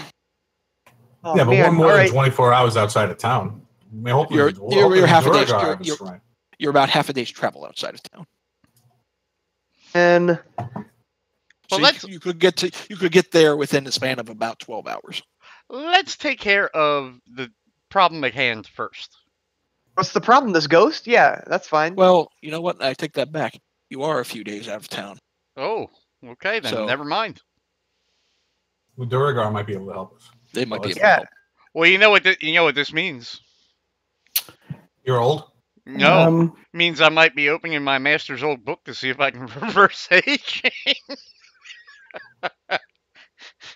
The other question is, we don't need to do it for Kurt because he only aged 10 years, but possibly the apple. I still have it. We could turn You it do into still that have the apple. elixir. Tuck, you're up next. I will throw my staff at it again. Okay. You know what? No, hang on. I'm going to walk next to it and hit it with my staff. Okay. And an unarmed strike. That's my bonus action. Oh shit! If that's not dead. All right. So 11 and 5. It's not dead. Oh my god.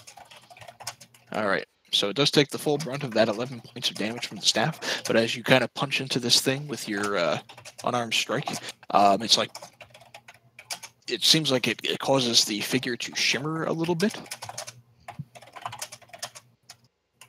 but not by much. Okay, Will, you're up next. All right. I will attack again with the rapier. One more thing before I forget. Jafar needs to make a wisdom saving throw on that other ability as well. Okay, he's fine. Fuck Jafar. Jafar says, fuck your fucking booming voice, whatever it is. Okay, sorry. Will, what are you up to? All right, Rapier. the rapier. I'll cancel the song here too. Okay, yes, you connect, and as you pierce into this thing, the visage begins to disappear and fade from view. It's as if it's dissipated. So No dust. I say to the guys, oh, you know what? You're right because it's singing still. Yeah. So it instead of disappearing into some sort of visage, it does turn into dust before you, a sort of ghostly, shimmerous dust on the floor, and you're out of combat. okay. I would like to say, gentlemen, I think my kidneys are failing. Go check with the doors. See if they can do anything first, maybe. Can you imagine what the Duergar must be thinking right now? Like they're like, "Hey, we're gonna go exploring." Okay, we go in the door, it closes. All of a sudden, you hear ah! Then we come All through right. a All right. minute later, all like half dead. All right, I'm gonna walk back to here. Did the dwarves recognize my aging form? Doc Ock says, "My God, man, you look as if you've seen a ghost." I literally Oh, have. what an asshole. I'm Are the going. rest of you following him back there? I'm definitely going back there. I'm going to ask the two Duergar.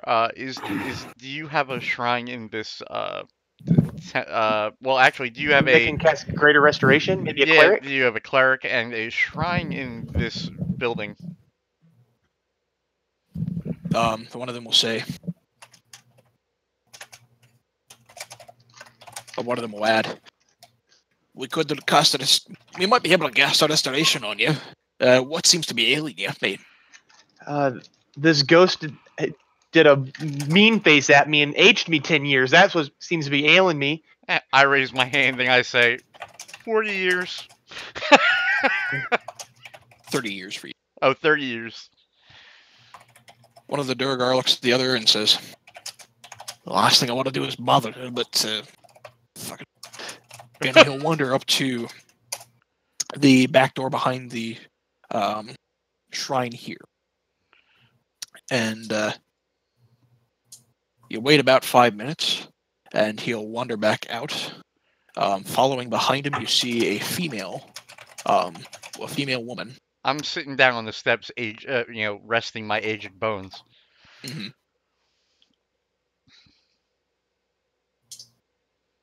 And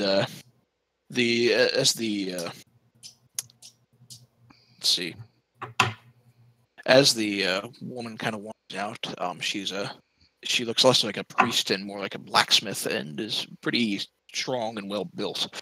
And as she wanders out, though, she says, "Right then, I understand one of you needs some sort of restoration on you." That would be me. Restoration on the two of us if you have the time. Yeah. Well, it ain't going to be free. 150 gold per person. Done.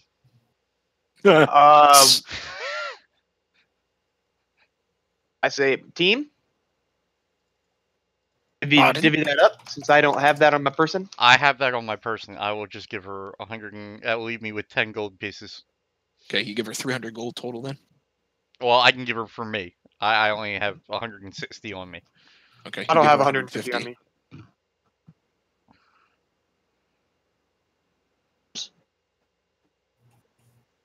Can I borrow some gold so I'm not 10 years older?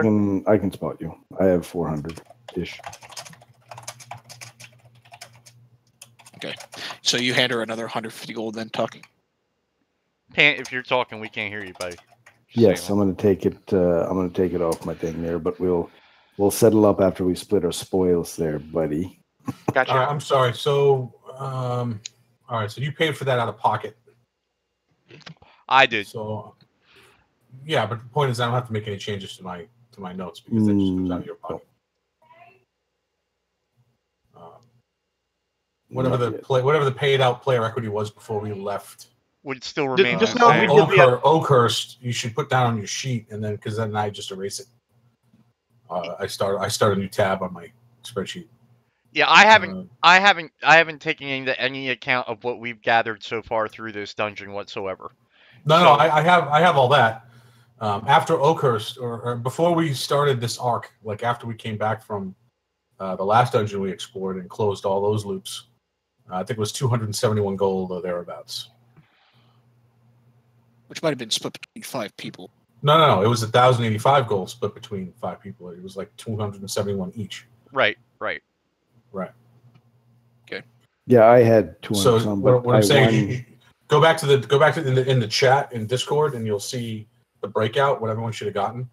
Add that to your sheet, and then you'll know how much you have to pay out of pocket for stuff like this. Oh, I got you. I'm only keeping track of party treasure up until the point it gets paid out. Once it's dispersed to the party, I start a new tab. That's fine. That's fine. Right. That's fine.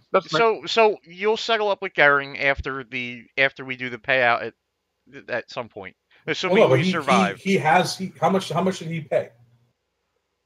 I paid You 150. paid me out. I spent that much. So he has enough gold to cover it out of pocket. He doesn't need to settle up with him. That's what I'm saying. It's between Kurt and Garen.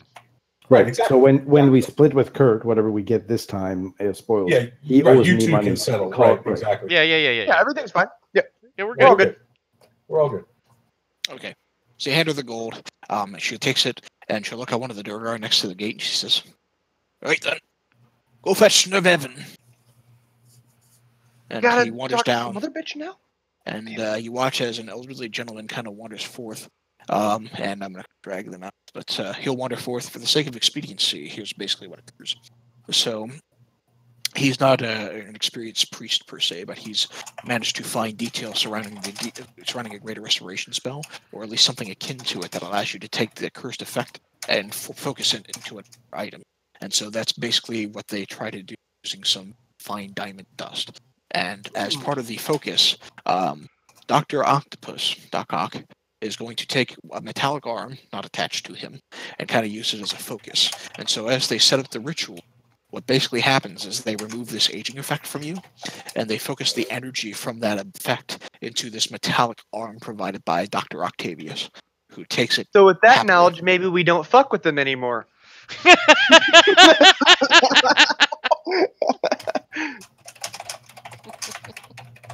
And then they both kind of return to their respective places and back to their work, and warn you to be careful and to try to avoid bothering them if you would be so kind. Yep. Sorry. Doc Ock, on the other hand, seems more than happy with the results of all of this. So Doc Ock now has a restoration arm? Not a restoration. Arm that'll aid you. Put the curse into the arm, I thought. Yep, they basically focus the energy into the... Oh! Oh, they reversed. Okay. All right. It's reversed on you. You're no longer... You're back to your But young now self. he has that ability. Okay. I gotcha. Press on, I guess. Some of you have 24 hours and you can think anymore. The whale. Look, So it takes about 2 hours for the ritual to go through, but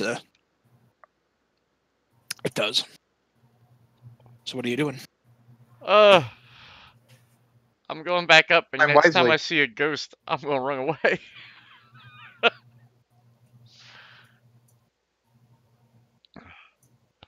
Oh shit! Left or right? I say right. Okay. It's up to you guys though if you want to go right. The hallway continues far along down to the right side there. It's a much shorter hallway to the left, and the far end doors is slightly ajar. All right, let's check that out. Both All right. hallways, yeah. Yeah, Go this way. We'll go that way first. I will peek into the ajar Okay. door. I quietly say, if you see a ghost, let me know. Peeking into the room, it's already ajar. It looks like the room inside is mostly empty, although you do see there is some smashed furniture and debris that kind of covers the area. You can also see along the walls are maybe some crude symbols that look like they might be Orcish. Orcish. Can't do anything with that. After checking for traps on the floor, I will step in. Go ahead and make a perception check.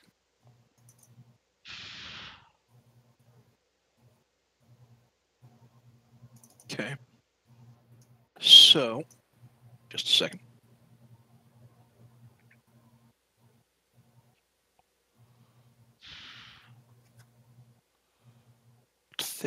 All right. So you don't find any traps. However, peering around inside the room itself, you do find underneath some of the debris is an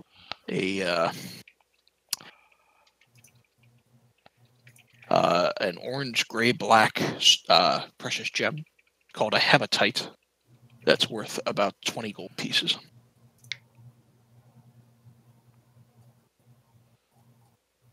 Habitate? That's hematite. Hematite. 20 gold, you said. Opaque, gray, black gemstone.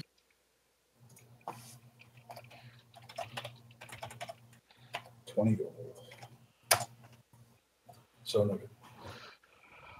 Okay. Is that the extent of the room that I can see? There? That's more or less the extent of the room. It looks like whatever was here was, for the most part, otherwise taken out. All right. What do the symbols say? Do you read Orcish? No. We'll come back out and say, anyone read Orcish? There's like Orcish writing all over the walls. No. Absolutely not. Abandon all hope, ye who enter here. Written in orc. That'd be impressive in Orc.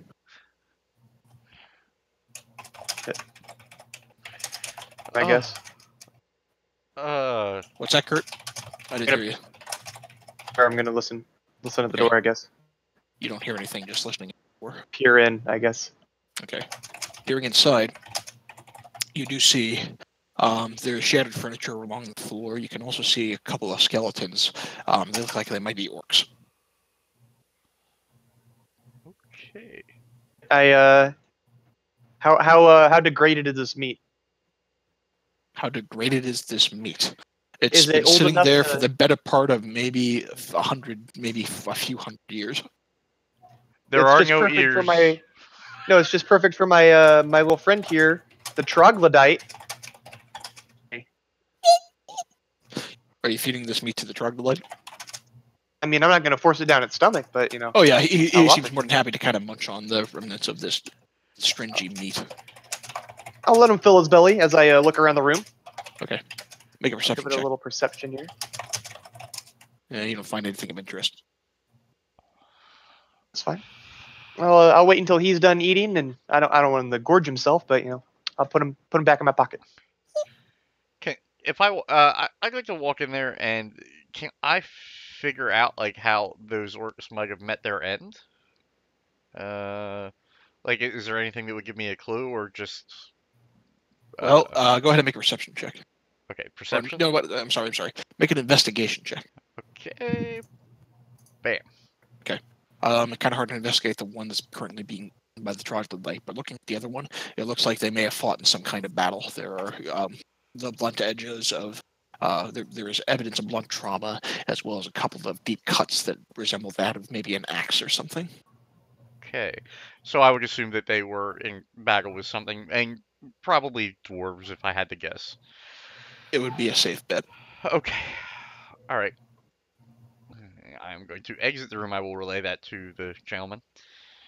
Looks like some orcs got into this keep. Maybe when Durgar the Black, or when Durden Black was. Yeah, I might have been occupying these halls. Right. Let's listen at the door here. Okay, listening in, you don't hear anything.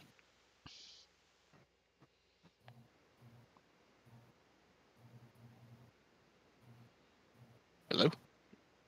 Peeking. Okay. Peeking inside, you do find a few more bodies. A couple of orcs, but you also do find the bodies of some dwarves, including one just kind of slouched against the wall with a javelin still impaling its body. Okay. I'll anything of interest? Oh, I guess my other guy can perceive too. He doesn't see shit. Never mind. Okay. Miles, you find an azurite on the bodies, gem worth about 10 gold. Like this? Azurite? Is that right? Close. I give you this azurite worth about 10 gold. So noted. You in this door? Are you just listening at the door? I'll do that one. Yeah. All right. Listening at the door, you don't hear anything.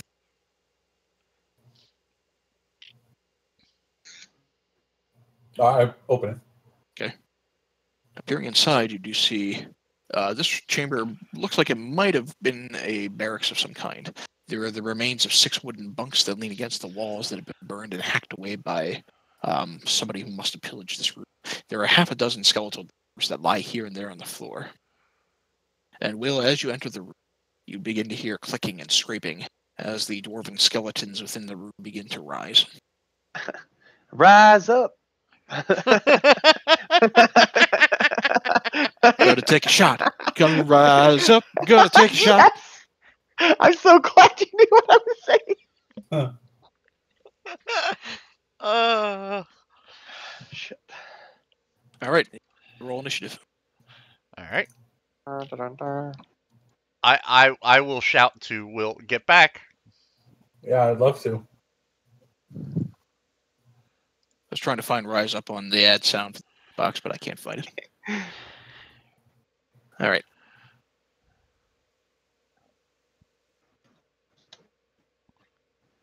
Okay. Yo. I got a 24. I didn't click my fucking character first. All right. Doc, you're up first. Can I see the one on the right? Over here? Yep. I'm just going to throw my staff at him. Bonk. Yeah, it'll connect. And the bludgeoning effect of this thing shatters the dwarven skeleton as it goes down. Hit.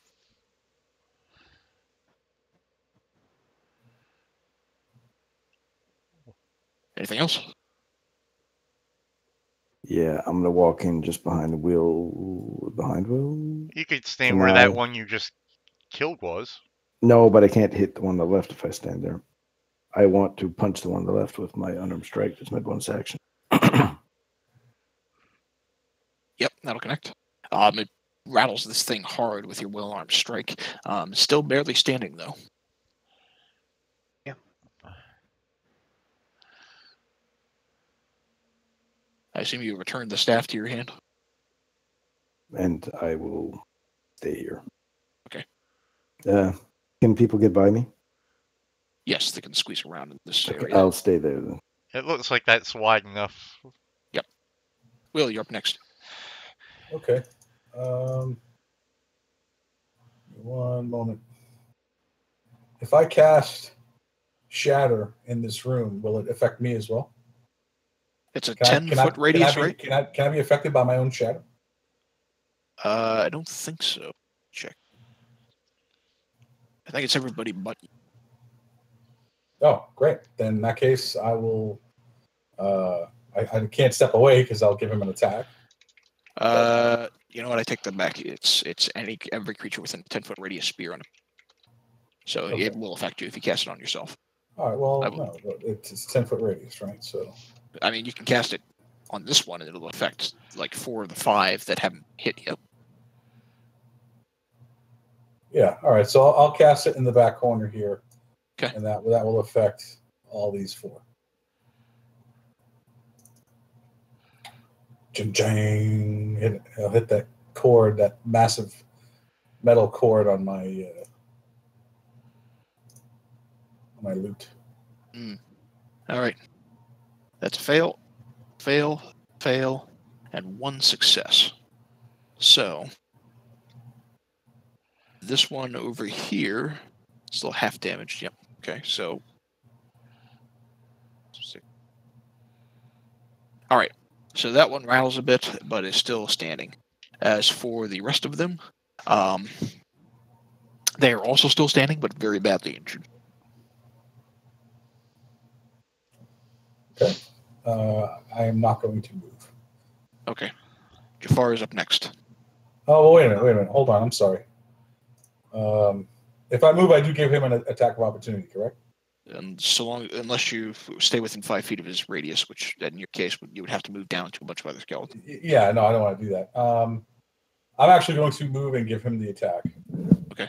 I'm going to move out to the hallway here. He's going to swing at you with his short sword then. 20. Of course he Ouch. All right. It clips you in the back of your leg as you kind of cry out in pain as you retreat back. All right. Jafar's next. Finish this guy off. Nope. Ooh, he's not going to do that. All right. He flies back out. He tries to bite into a bone. He bites into the blunt end of the sword instead. Kurt, you're up next. I have a question about Fire and Fury here. So it says I can activate it. For Fury, does that mean that I could, 1, use my bonus action to activate it, and then 2, attack with both Fire and Fury during my turn? Not unless you had a multi-attack. Attacking with an offhand is counted as your bonus action. If you activate Fury, you can attack with Fury as an additional action. So I wasn't sure what that meant. Oh, okay. So what you can do in that case is it basically gives Fury multi-attack. So you can activate the effect on Fury, and then that as your action, you can attack with it twice. Sure. Okay, I guess if I killed one, can I switch targets and attack again? Yes. I'll pull that thing out and activate it and run in. It'll be in my main hand, and then I'll. How far is that? Yeah, that's fine. Okay. Attack here. 1 damage. Yep. Good. It's still going to kill it though. Okay, cool. It shatters under the weight of even under the light weight of your sword. It looks like Tuck did most of the heavy lifting on that one. I'll step over it and then attack this guy with the second attack then that I can do. I think Okay. that was the one that took half damage, right? Yep. That's the one that took half damage against the shatter. You managed to clip into it, but it reels a little bit, but it's still standing. That'll be it. Okay. The skeletons go next. I'm just gonna get these two so that they're out of the way so I can see what they're doing. And I just lost the initiative because Yeah, I see the ghost still on there. the ghost shouldn't. Okay. I originally the damn skeletons again. I have such a short. Oh, that was me. It was a 9 for you. Sorry. Okay. All right. So these guys are going to move up. These dwarven skeletons are going to move up and surround Kurt. This one moving up against Tuck, and they're all going to slice at you with short swords. Ah. 21. He brought hit. it.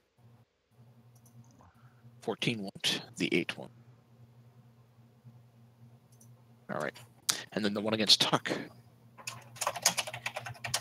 will not hit. Kent, you're up. Oh, let's see if I can end this. I'm going to move into here and cast Burning Hands at the group. All right.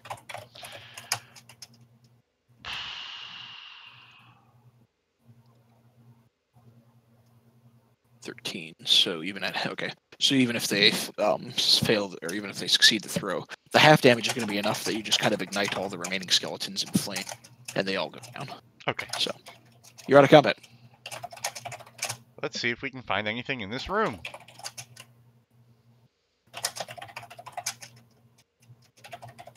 Would you like a perception roll for that? Sure. And I thought I hit it, but I didn't. Oh, I can't see shit. There were things in this room?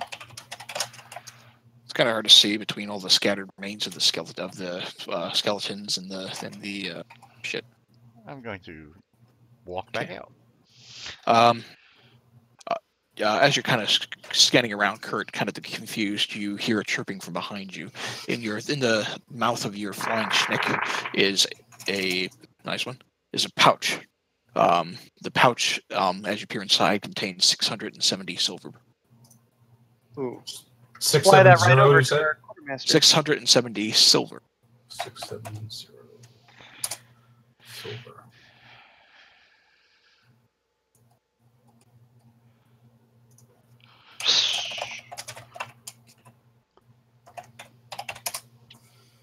So noted. Wow, this Quite the This silver adventure. haul this time, isn't it? this adventure arc is going to seriously pay off. If we You haven't survive. You haven't gotten to the big hole yet. I know, but and I know that's the scary part. Oh. That's a big pool. Earlier, what was in it? Is the Dark water water. drinkable? You haven't drunk it yet. Hmm. I'm I'm gonna pull some out and my alchemist eyes. Okay. Are you making a check with your alchemist tools to see if you can use I don't any know. alchemical ingredients, or just trying to see if it's drinkable? Make some alchemist check. It seems like fairly standard water, although somewhat dirty. You Perfect. don't know that you don't think it'd be wise to drink it. It'd be like trying to drink standing water that had been sitting there for a while. Second, we can continue on our way, I guess. All I just right. wanted to use my alchemist tools, okay, guys? Hey, it came in handy, and it'll come in handy again when we do, if we find potions. Who wants to peer in the door? Which door are you peering into? I'll listen to this door here. Okay. Listening in, you don't hear anything. I'll peer in. Peering inside. Oh. Glaring inside or looking inside, the chamber looks like it must have been the personal quarters of some sort of importance. It is decorated with tapestries and furnished pretty comfortably, except age has kind of taken the toll on them, so there's plenty of dust around. A few little bits of tatters, but otherwise there's still an aged splendor to the room. It looks like, as far as you can tell, the room doesn't look like it's really been ransacked, especially by comparison to much of the rest of the rooms in here. You can see in the dead center of the room is a beautiful-looking rug that covers the center of the floor, and a fairly simple but comfortable-looking bed on the far corner, and a writing desk next to it. I'll perceive traps before I walk in this neatly preserved room that doesn't look like mine.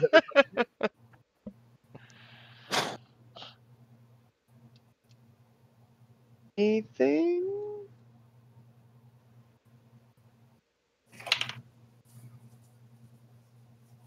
That's you can tell. Worried. Okay. I guess. Oh. I'll check out the desk. I want to look at this desk then, I guess.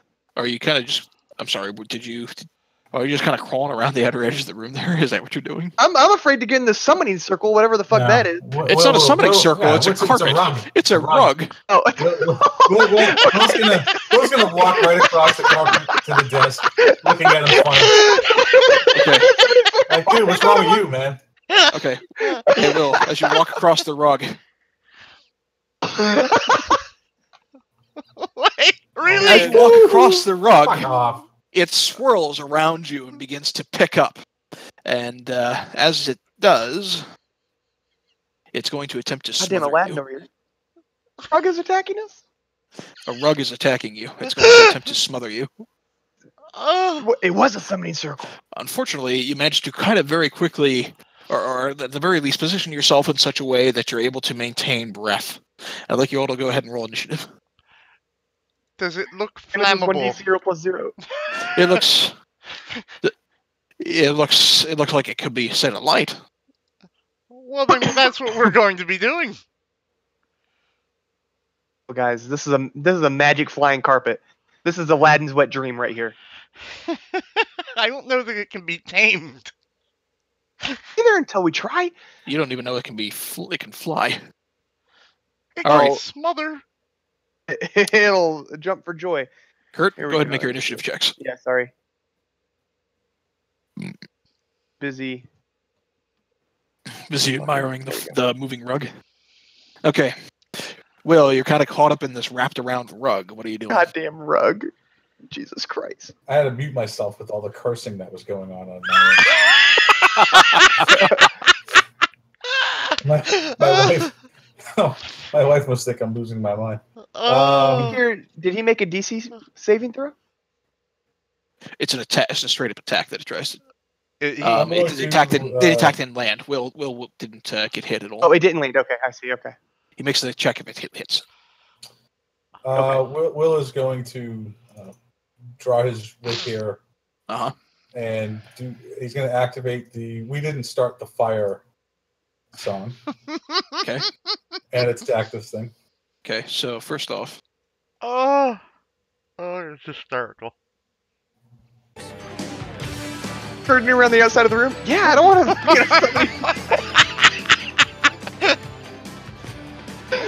It's just a carpet, man. Oh, in that case. It's never just a carpet. Okay. Okay, so we didn't start the fire. All your damage becomes fire damage and burns any objects that are inanimate and are not being worn.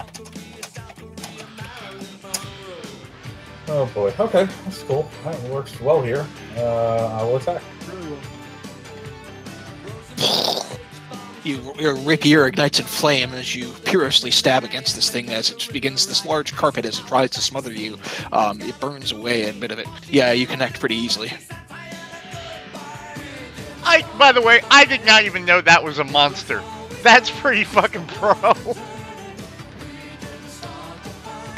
The rugged smothering. This one just happens to be gargantuan. Oh, joy. All right. Now you're able to move if you so wish. Well, but it'll provoke an attack of opportunity. So long as you're within melee range, it doesn't. Yeah. That's a big melee range. I don't know if being right in the center of it's great in case any of us has to throw anything. But it at does, it. so it can't fly away. Yeah, I will It's definitely make an attempt to get to the outside. Okay. Kurt, you're up next. I don't even know. All right. Am I too close to shoot it without disadvantage, or is it 10 feet away? I don't know. Close enough that if you were to shoot it, it would be with disadvantage. It's pretty large. I'll draw my rapiers and jump Rapiers? into the fight. Yeah, They're or short whatever swords. they are. Short swords. Sorry. Yes. You have fire and fury. Gonna try and hit with both. Okay. The 18 will miss, the 15 will not. You cut into this thing a little bit. Sweet. It tears it a little bit. You don't hear any noise because, it doesn't have a mouth.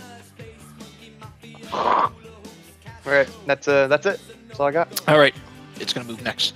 Moving forward, it's going to move kind of on top of Kurt there, close enough to where Will can touch it, but isn't in it. And it's going to attempt to smother you. 18 beat your AC. Sure does. All right. I need you to make a... Oh, I'm sorry. So, I'll use my cutting words if that's allowed, yeah, you can do that. and say something good. Something good. Dang it! How do you insult a rug? You don't want carpet. You want an area rag.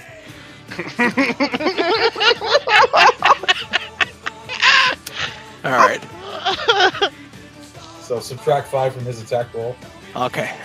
It does So, not- with the 5 subtracted, yeah, it does not manage to get the smother on you. You want an area rock? Kent, you're up next. Carpet. I will. Area rag. God damn it! I keep clicking my thing and moving. There we go. Firebolt at it.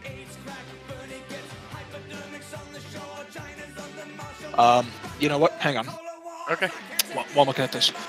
Condition immunities, it says the creature is immune if it can't hear you or if it is immune to being charmed. And it is immune to being charmed. So the cutting words doesn't happen. And Kurt, you are still smothered. Right. So what do I do for that? So But what kind of check is that? it'll be at the end of your turn, or excuse me, you can, as an action, try to escape the grapple. The DC would be a strength check, I believe. And if you fail the check, you are restrained, blinded, and at risk of suffocating. At the start of each of your turns, at the start of your next turn, you're going to take 10 damage. So I need to make the roll now or at the start of my turn? At the start of your turn, you'll take 10 damage, and then you can make the roll. Okay. Okay. So your 20 is going to connect Kent as Kurt is smothered into the middle of this thing, and a bit of it goes up in flame, but not by much. Okay. And you'll burn it. I With did. my last breath. All right.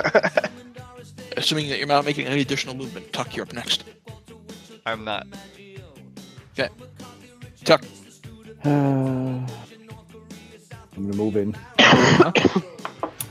and I'm gonna hit it with a staff, and then an arm strike. Okay. All right. Both of those will connect. 16. Gonna make a cloak out of this goddamn carpet. All right.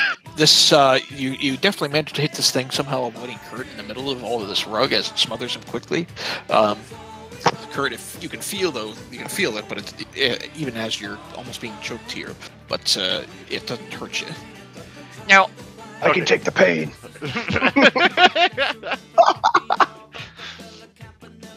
Jafar would go next. All right. Imagine that Jafar's gonna do not shit to this thing, but here we go. Get it, Jafar. Give it that bite. The bite happens. The poison doesn't affect the carpet, though. He flies back out because he knows that he's worthless. All right. Bill, you're up next.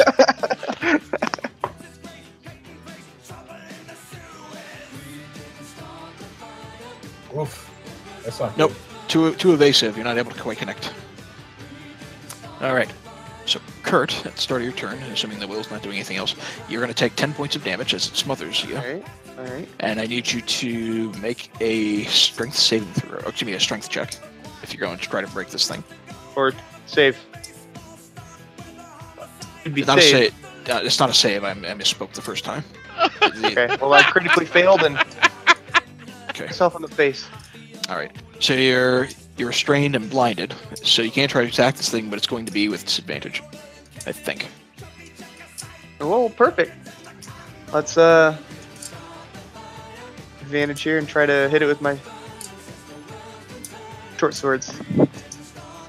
Okay. Man, coach. The 16 will actually happen, and as you try to suffocate, you manage to slice. You manage to slice into a weak part of this thing. As you manage to gasp your breath, as this thing kind of collapses as you shred through it and turn it into paper mache. All right, you're out of combat. Sweet. I kind of feel like at the end of Men in Black, you know how he shoots himself out of the belly? I feel like that. I just rip myself out of the stomach, come out. That'd be a good way to describe it. All right, let's check out this. Well, make sure Kurt's okay. yes. Are you okay? Hey, it's only a rug. Do you need healing?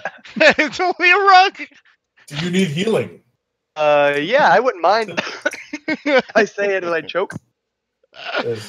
Well, then cast Cure Wounds on yourself. No, I'm kidding. Got me. Yeah, no, I'll throw a Cure Wounds your way. What a nice guy, this guy. Well, Not setting me on fire or anything. All right. Bang! Wow, That's a maximum, good roll. maximum effort. Yep. 9. No, Will says I felt bad for mocking you for crawling around the edges of the room. Those bumps and bruises you took should have been mine. Oh man. Aside from the carpet, the bed, and the desk chamber look relatively unlooted and untouched. Was there anything under the carpet? No. Okay. When we check this desk, there's nothing, or do you need me to perceive? Go ahead and make a perception check. Yeah, I was searching So- too. We'll count to 21. So I there's can't nothing feel on one the. quick second. Okay. You didn't find anything on the desk, but you do find underneath the bed there is a wooden chest. Inside the wooden chest is 1,200 silver, 3,000 copper. Hold on. My list is so long now. 1,200 silver, 3,000 copper. And there's also a square of silk inside of it, which is wrapped inside is a star sapphire worth 500 gold, Nice. and a pair of matching blue topazes worth 90 gold each. Oh. Look at the size of that character token. It's awesome. Are any of you That's, like good with so rug room. Or it was good with what? if you could make me a cloak out of this rug, that'd be super. Or I guess it's kind of burned and tattered. I don't know. I could do Yeah. patchwork out of It this. is gargantuan. So, I mean, I suppose we could slice a piece off and put it in the bag of holding. Know what I'm gonna do? I'm gonna cut me off a piece and stick in my pocket for next time we see one of those ghosts. Guys, immediately, it's not turning me old again. I'll fucking blindfold myself.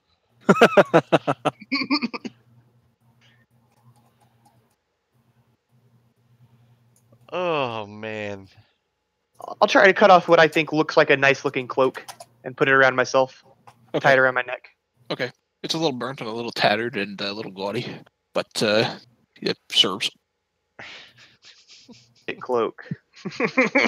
I love the fact that you tiptoed around the edge of the room. I'm not Alright. stepping in that summoning circle. It's just a rug. Stop. God damn it. Across the hall. Yeah, why not?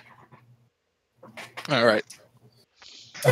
If there's a rug, I'm going to close the door and move on. There's a room with just a rug in it. Close the door. We're done. All right. What are you doing? So I'm going to listen to and then peek through the door. Okay. Listening, you don't hear anything. Peeking inside, you do see more scattered debris. There are 2 dwarf corpses on the floor. One of them with an axe nearby that looks like it's been aged and almost broken. The other one with a hammer that has seen its fair age in its hand. Check for traps before I step in, and then search the room, I guess. Okay. Go ahead and make a perception check. Okay. You don't find any traps. Glancing about the room, you do find on one of the bodies there's an obsidian stone worth maybe about 10 gold pieces. Okay. Oh, man.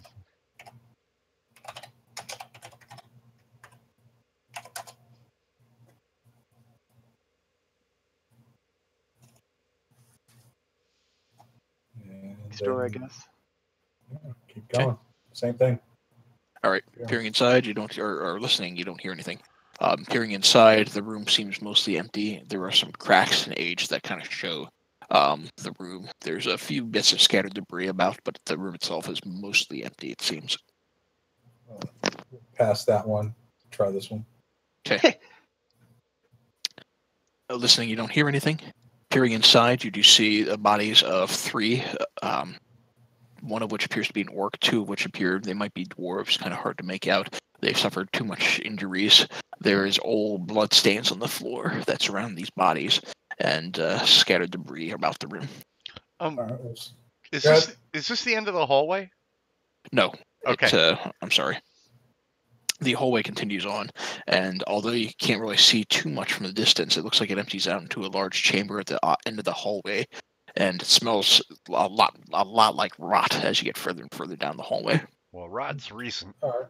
We'll do the old check for traps before I step in and search the room. Okay, make a perception check.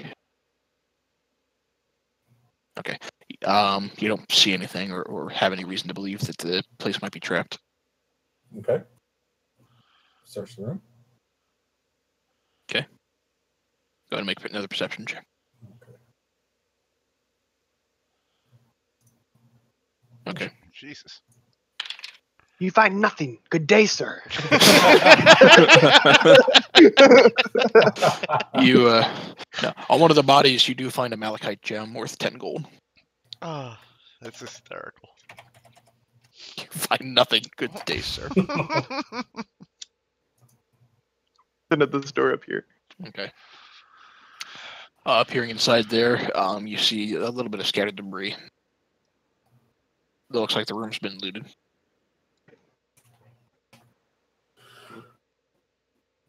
Okay. As you begin to wander on down into the hallway and the smell of rot gets much more prevalent, you can see dozens of bodies in front of a well. Now- All of them. I do not go to this door, and I back up over here. All the bodies here. This looks like it opens to a large courtyard. There are 3 doors within. One there.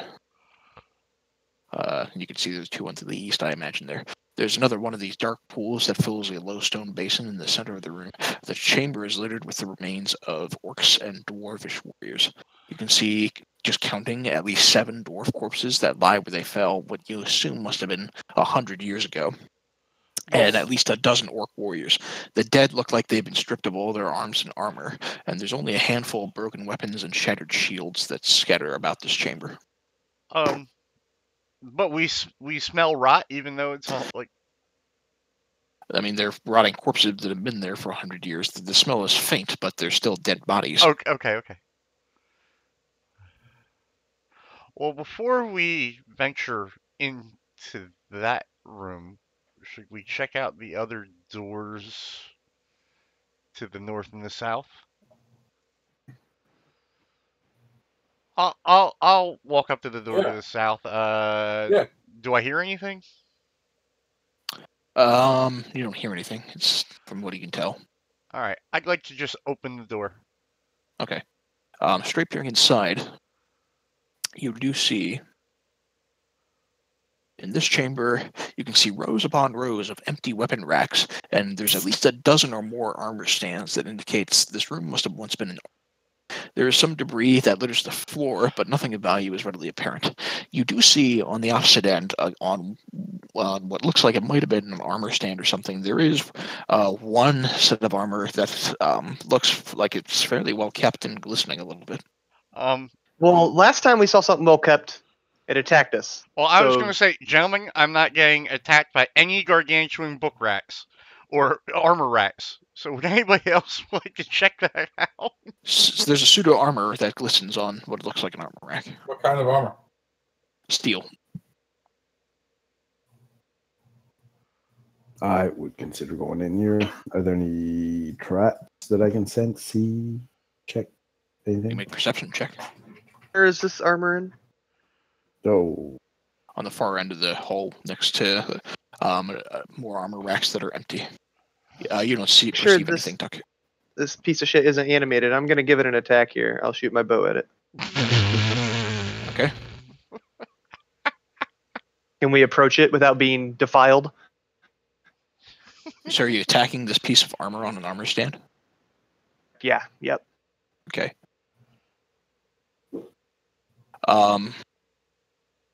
So you managed to actually pierce the armor a little bit. There goes that gold. No. And as you do, it does actually animate. So go ahead and roll initiative dice. Oh!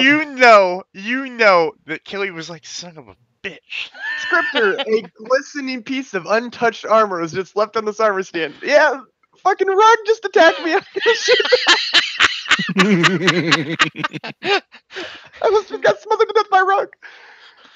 All right. Initiative. All right. Roll your initiatives.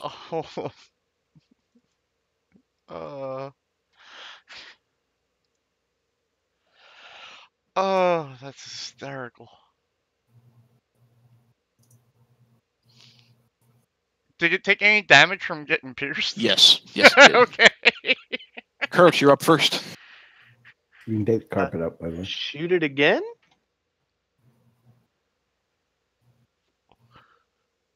Okay. Not good. Your arrow almost catches the ear of the elf in front of you, but manages to just miss. Are you making any additional Right movement? now, Okay. I'm done. Kent, you're up next. All right. Assuming I can get in the room and move past Garen. Yep. I am going to cast. God, can I cast Frostbite on that? You don't know. All right, I'll cast can try. Frostbite on it. Fuck it. All right. All right. The frost begins to form around this thing and slow it down a little bit. It seems. Okay. All right. Will, you're up next. Okay. Let's see. I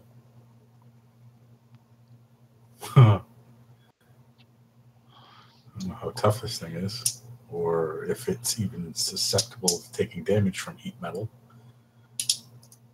But yeah, I'll cast heat metal on it. All right. Why not? Now when it attacks me and tackles me to the ground, it'll be super hot. So that'll be good. Oh shit. All right. So it takes that 6 point of damage. You watch as the armor gets red hot, and it begins to kind of shiver a little bit. It almost looks like. Oh, shimmering shit. No. All right. Jafar is next. I can't wait. Here we go. How far is that? Get to him, sure. Which I don't do. You miss. Yep. All right, there you go. Tuck, you're up next. I'm going to throw my staff at it. All right. It does not connect. No. It bounces against the steel of this armor. I'll snap it back to my hand, and I will step up. All right. This thing will move next. Red hot as it is, it's going to move right up next to Kent, and it's going to slam at you twice. Figured. The first attack's going to have disadvantage because it's still affected by the frostbite. Well, that won't 17, I matter. believe. Yeah. All right. You take 8 points of damage from the first attack. Okay. As for the second, another 8 points from that. Okay. You left your wizard alone in the room with an animated suit of steel armor. Kurt, you're He's up the one who next. didn't move out of the room. I moved into attack. You can move I'll back. move here on the Says the opposite guy side of with it. the high AC. He would hit me twice. I'm not in melee range much. Do I have advantage for flanking, or are we doing that this campaign? I don't know There's how no that works. not flanking for this. Just hit it with my short sword. See how that goes. Neither one connect. Well, here I am. Okay, Kent, you're up next. Really? Well, I'm going to Misty Step right the fuck away from this thing. And I'm going to go down to here with Misty Okay. Step. And, Bamf. yeah, Bamf. And I'm going to cast Magic Missile on that fucking thing. All right. And pray to God that I don't die. Hold on. And I will cast Magic Missile as a level 2 spell. Okay. All right, so a total of 17. This thing begins to almost shake a little bit. It looks like it's almost ready to fall apart. All right. Will, you're going to make that bonus damage? Yeah.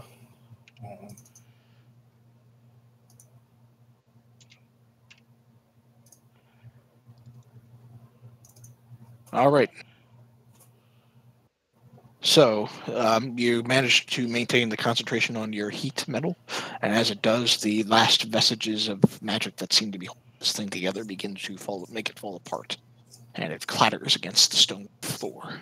You're out of combat. Is there something I'm not putting together here? Your wizard has been injured by quite a bit. Yeah, I'll cast Cure Wounds on him. Okay. See a bunch of dead bodies in different rooms, and then some animated. Dwarven armor. What am I not putting together here? Well, he did say it was I don't know. haunted. Anyone? All right. Is gain this 6 just hit points ghosts? back. I'm in here now. I might as well see if I see anything else in the room. All right. Go ahead and make a perception check. Yep, hold on.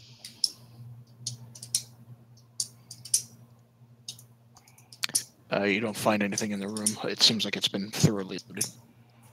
I About the door up here. assume there's nothing with the armor that I see. I mean, nothing spectacular. Nothing on the armor itself, no. Okay, alright. Now I'm going to back away the fuck up here. Will, are you just listening at that door? Yeah, I'm gonna do the listen and open. All right. Peering inside here, it looks like another similarly small chamber. There are the bodies of 2 dwarves, and the orc looks like it's had its arm torn off. And it looks like they've been thoroughly looted, but otherwise. There's my perception roll to walk in and search the room. Okay. Okay. You're not able to find anything of particular interest on the bodies or anything. Very good. All right. So we're left with bring out your dead. Bring out your dead. Oh. Search the Water in the well. The water in the well Still looks very, dirty, very similar water. to the it looks similar to the sturdy standing water in the other well that you saw in the other commons room. And you said everything's been looted here, pretty much? It looks like the bodies have been stripped of all arms and armor. Okay. Right or south? It's up to you. I'm going to listen at this bottom door just to see what's there. Okay. I'll check this one out. I think it's up to you. All right. As you listen at that southern door, go ahead and make a perception check.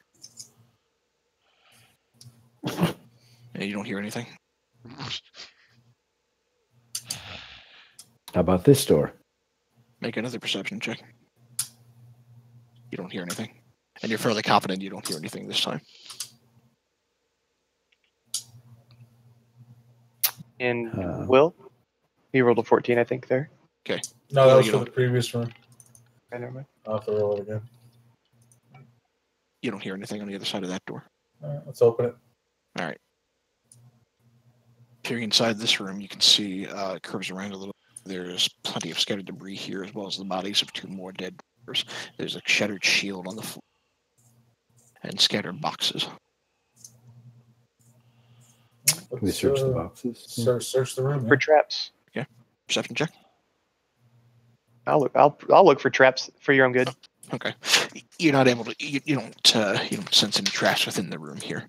As you kind of look around at the boxes, you do find there are 2 quartz gemstones, each worth 10 gold apiece. So noted.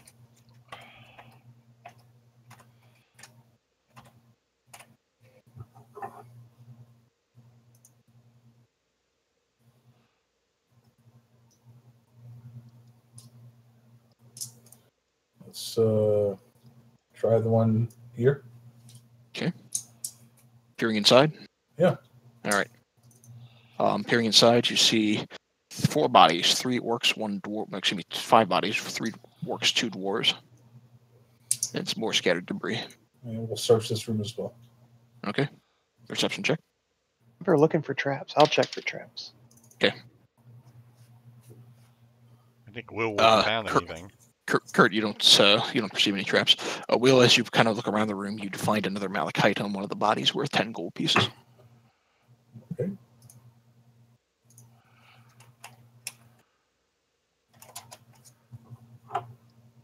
And that leaves the southern door. Mhm. And listen to this one. Okay, make a perception check. It sounds like there might be a woman on the other end, and it sounds like she might be crying. She sound hot? Yes. Oh, awesome. Find out. Where? Uh, If, where okay. did you go? if a crying woman turns you on. Yeah, well, depends. Yeah, depends on why she's crying. What? So glad we're recording this. Open the door. Okay. Now, peering inside this room. This room looks like it might have once been a library or a study of some sort. There are bookshelves on either end of the walls, and you actually see on the bookshelves are piles of books resting on, or on the. There are piles of books that are kind of on the bookshelves. There's also a pile on a reading table in the dead center of the room. The air in here reeks like moldy paper. You can see there are additional doors here, one to the east and one to the south. More drawing inside, you see a beautiful, slender-looking woman with long black hair that's sitting in the chair. She looks extremely sad. You can see tears kind of fermenting along her eyes. Her clothing, although it looks like it's been well worn for a bit, does very little to detract from her. She looks extremely beautiful. And as you get up, she looks over in your direction. She says, "A friendly face. I'm so glad to see a friendly face down here. My name is Adala. I have been kept here as a prisoner by a mad wizard. By a mad wizard. Wrong accent.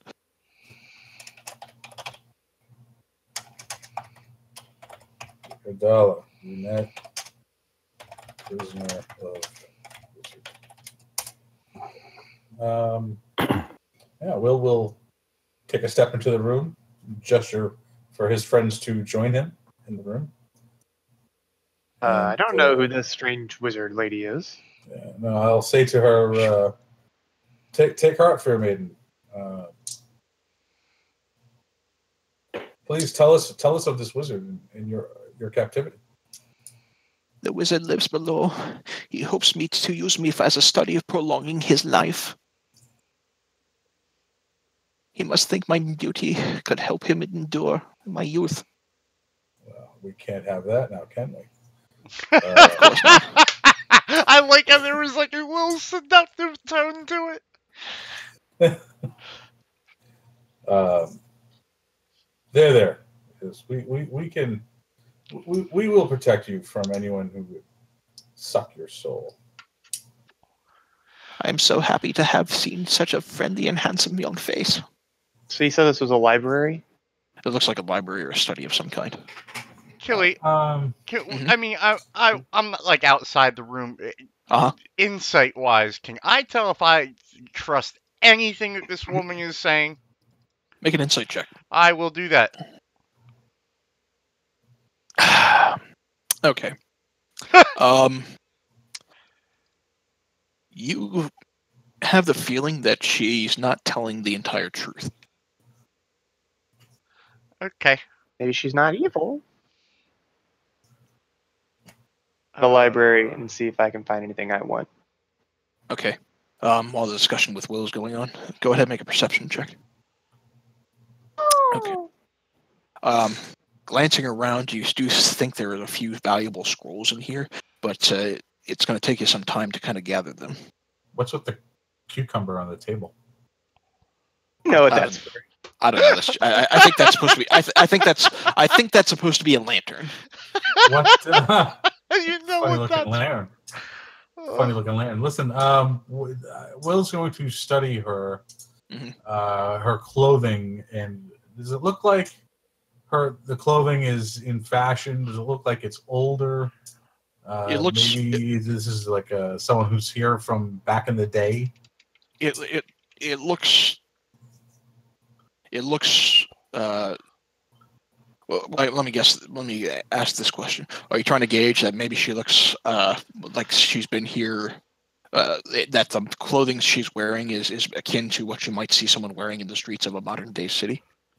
Yes, versus something you might see from someone living here during the Black's time. Mm-hmm. So the clothing looks more modern. It looks like noblewoman's clothing, except it looks like it's been tattered and that she's been here a while, or at least gives off that appearance. That's my trust if she trades me cloaks, and I try to hand her the tattered piece of shit carpet. You are kind, but I am okay with my clothing. Can you tell us anything about what lies beyond these doors, further into the fortress? The wizard who is hoping to experiment on me lies below, as I have mentioned. You may have seen a number of animated objects on your way here, yes?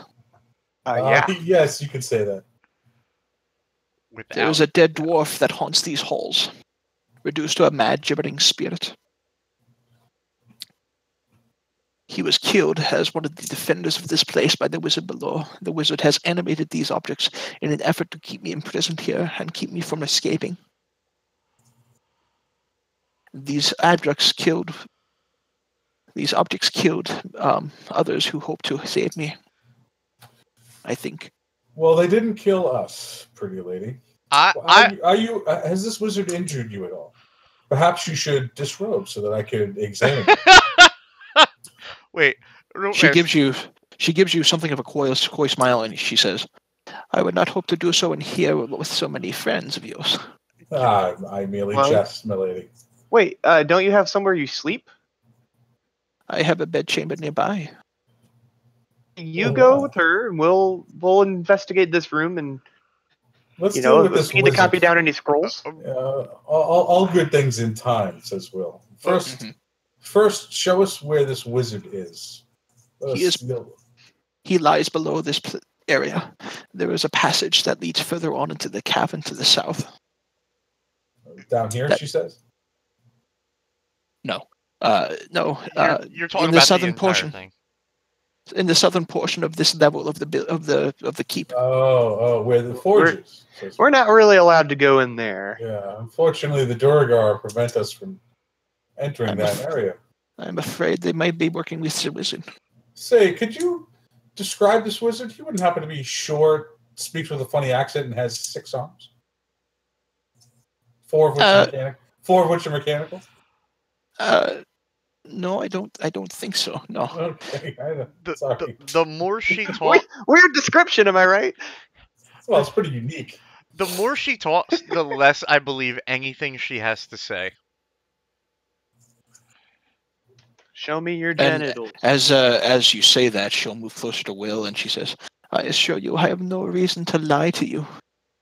And do I buy that at all? Yeah. Do you make another insight check?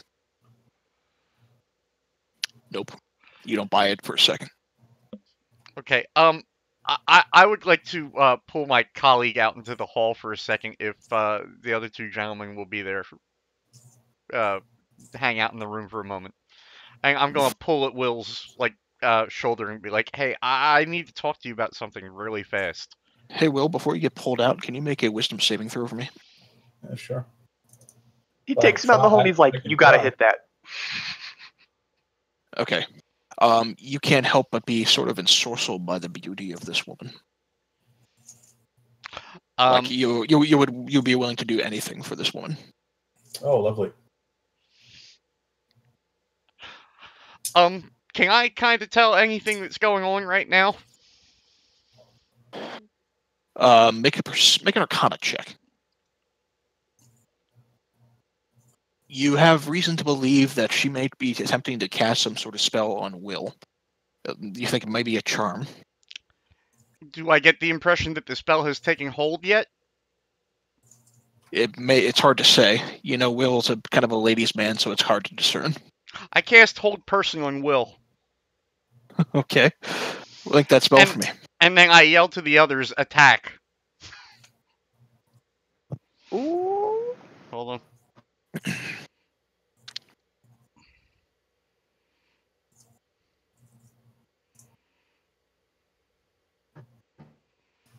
All right, Will, I need you to make a wisdom saving throw.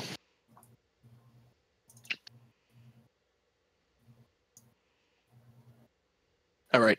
As you cast your spell and you focus on maintaining it, Kent, Will, you stiffen up and you're unable to move. Yeah, I'm getting nice and stiff for you, baby. It's not all bad. You don't have to do all the motion, though. Mm. But I did yell to the other guys, attack. She's doing something to Will. Oh, not yet. She's not, but she will. She will. All right. Are the rest of you moving to attack? Why don't you grab that lantern and let's go back to your place? I guess. Are the rest of you moving to attack? Let me show you a trick I learned playing the pan flute. Go ahead and make your initiative rolls. Will, you too. 19. I forgot to put my goddamn character.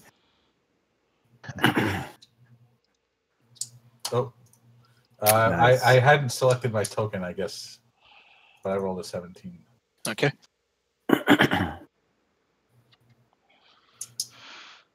And while you're subject to this hold person, Will, paralyzed, you are incapacitated. You can't move. You can't speak. You cannot take any actions. You automatically fail all strength and dex saving throws. Attack rolls against you have advantage, and any attack that hits you is a crit if an enemy is within 5 feet of you. Okay. Sorry, Will. All right. So Jafar is up first. I give Jafar the signal, and he flies in to bite her in the ass. All right.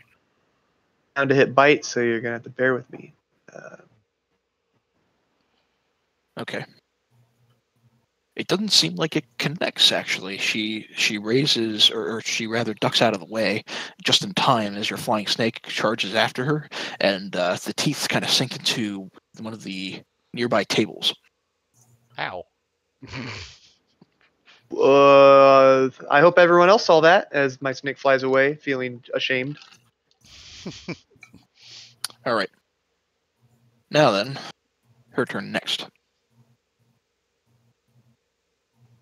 All of you watch as, with a sort of a grim smile, she smiles and she takes her robes and kind of lifts them off and reveals behind her large red wings.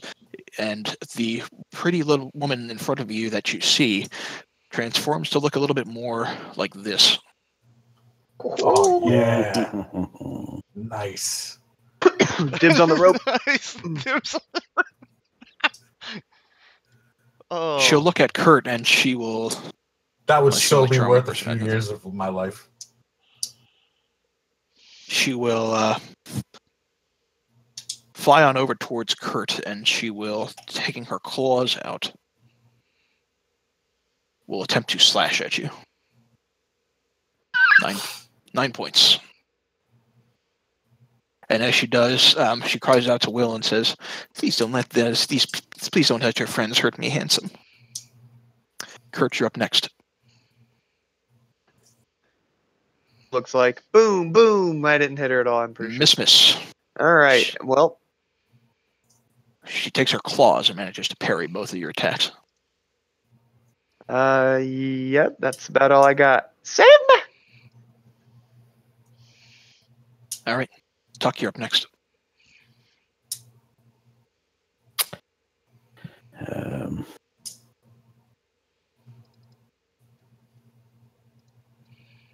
I'm going to attack her.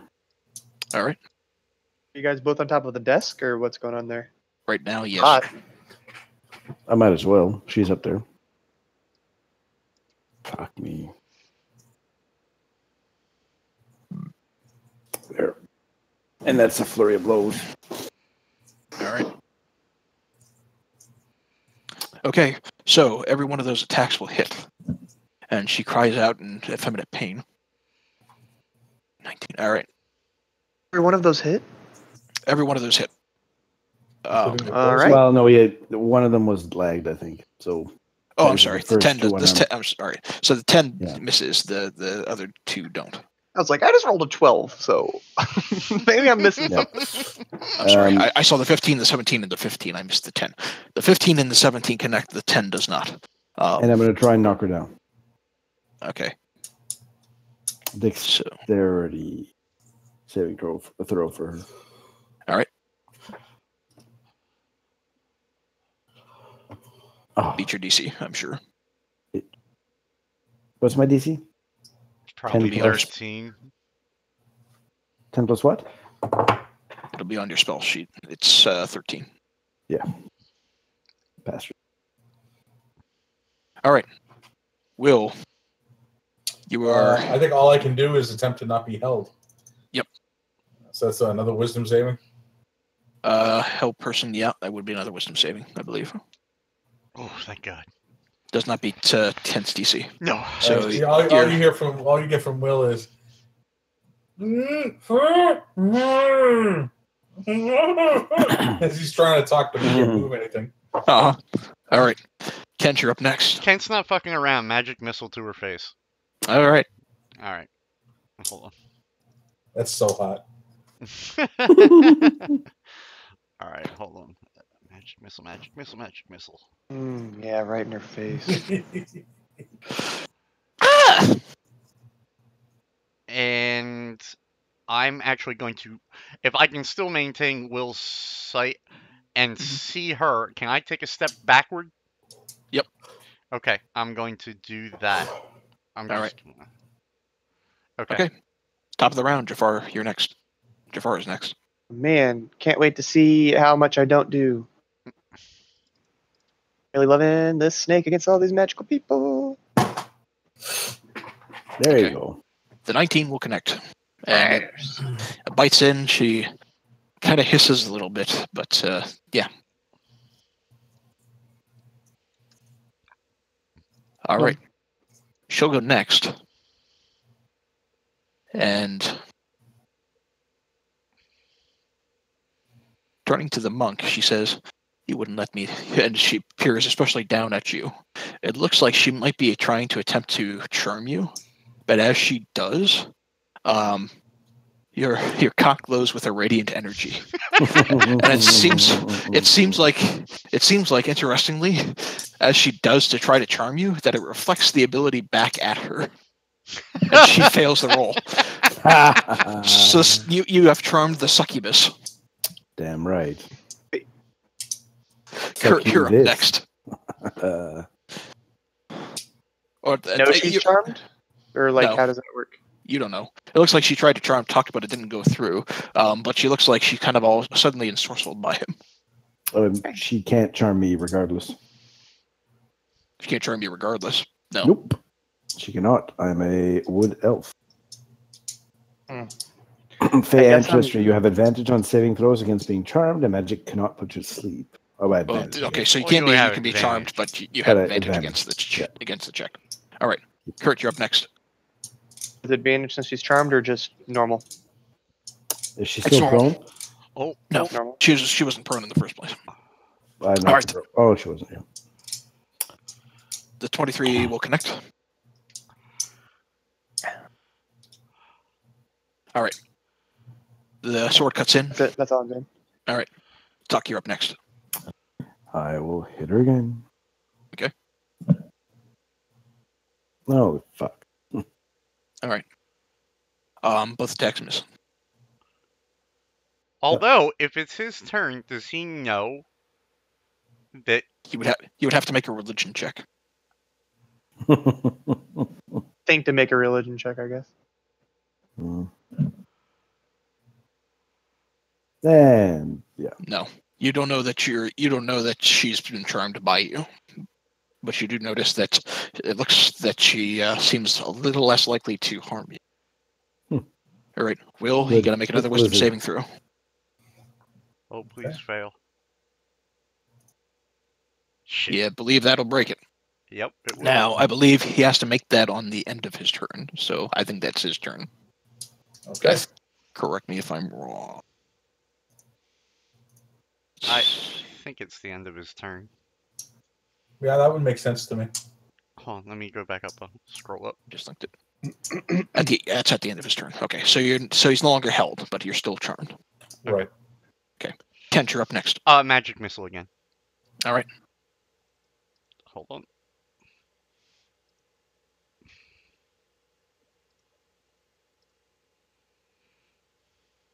All right. Yeah, she reels from the force of this this arcane attack, and she's kind of upset by the entire affair.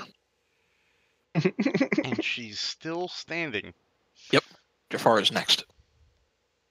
Better. All right, that will connect.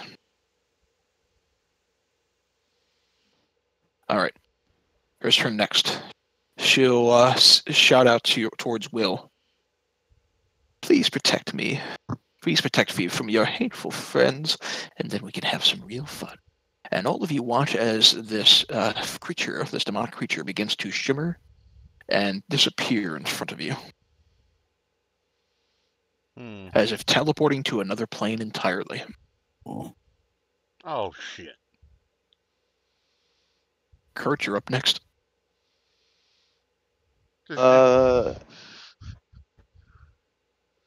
Having heard what she said, Will, you're still able to hear her, even though she seems like she's in another plane. and tackle him. Tackle. I gotta take him to the ground. All right. What do I need to roll? Both of you need to make strength checks. Or, Will, you can make a dexterity check if you wish to dodge it. But, Kurt, you gotta make a strength check or an acrobatics check to tackle him. Me with my 10. Oh, he dodged the fuck out. Will dodges out of the way before you do, and you just kind of tackle yourself through the floor. Tuck, you're up next. Hey, you tried, man. I'm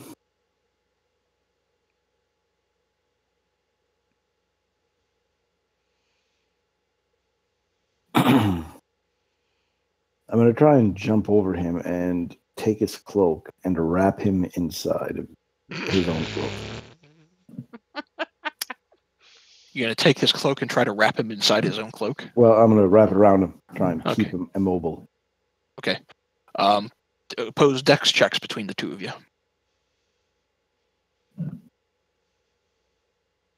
And I win. All right. Oh! Wow. And I win.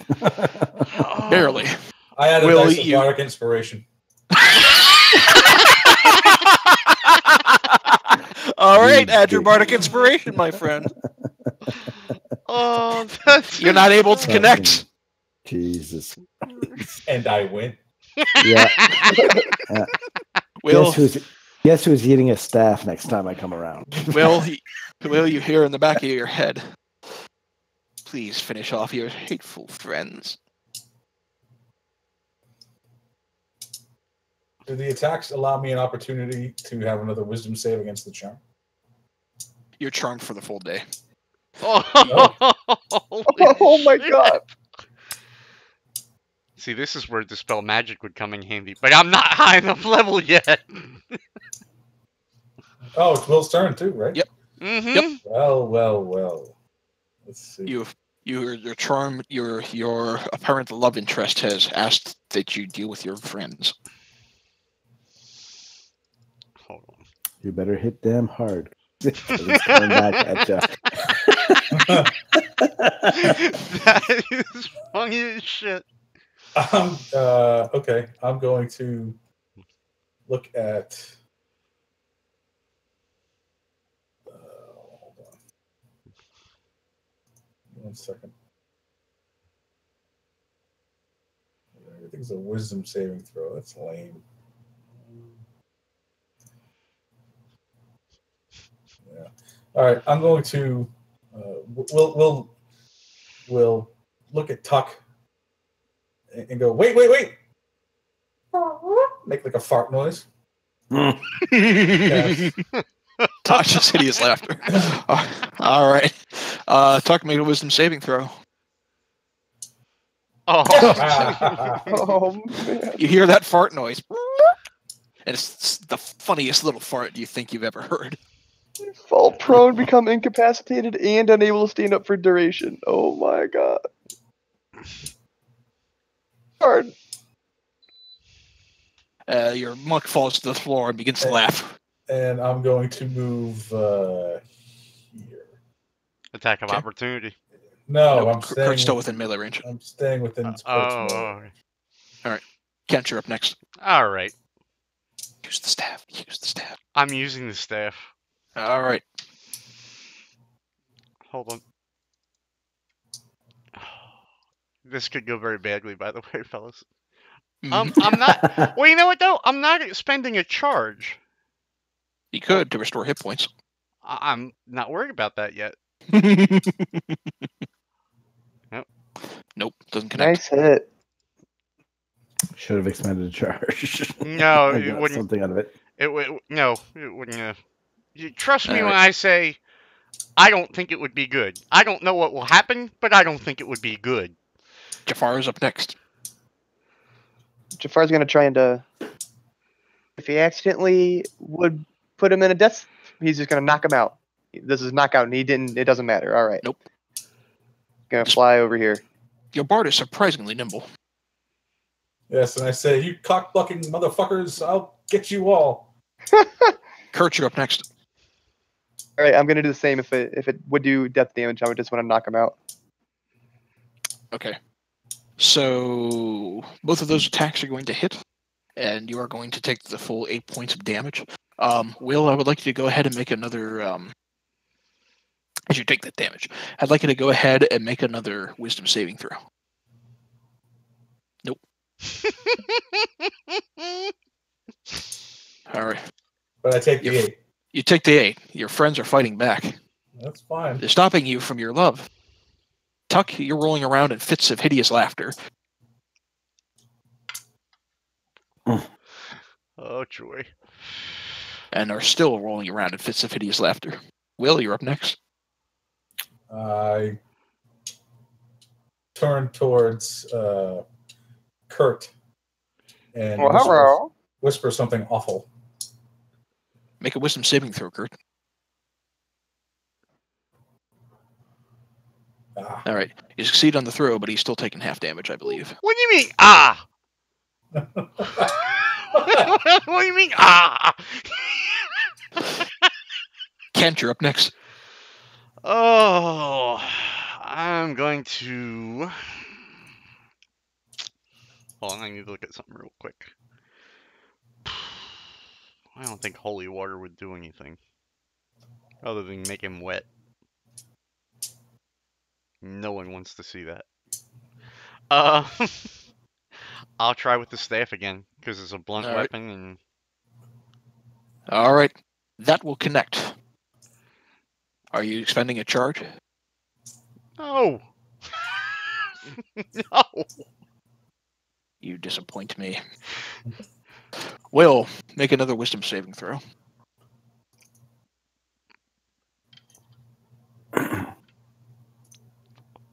Okay. As the blunt damage from this dark energy staff hits you, you're suddenly shaken, and you feel like, wait a minute, what just happened? Jafar doesn't know that. He comes in for the bite. Sure. Or is he actually going in for the bite? No. All right. I was just joking. His concentration would be wrecked by now, right? Because Yeah, so Tuck's not laughing on the floor anymore. Okay, thank God. You're still taking a staff, buddy. Right to the chin. Right to the chin. This marky dark energy staff. She reappear at all, or is she gone? She appears to have disappeared entirely. Okay. You're out of combat. Right. She has faded to the ethereal plane. I would Earlier, I want him. I would like to explain to Mr. Charismatic that maybe his masculine wiles need some work. Wow, this is merely a occupational hazard. Uh-huh. The life of a bard can be a dangerous one. All right, peering around I'll cast Cure Wounds on myself. Okay. As you peer around the room and get a better look of things, you do see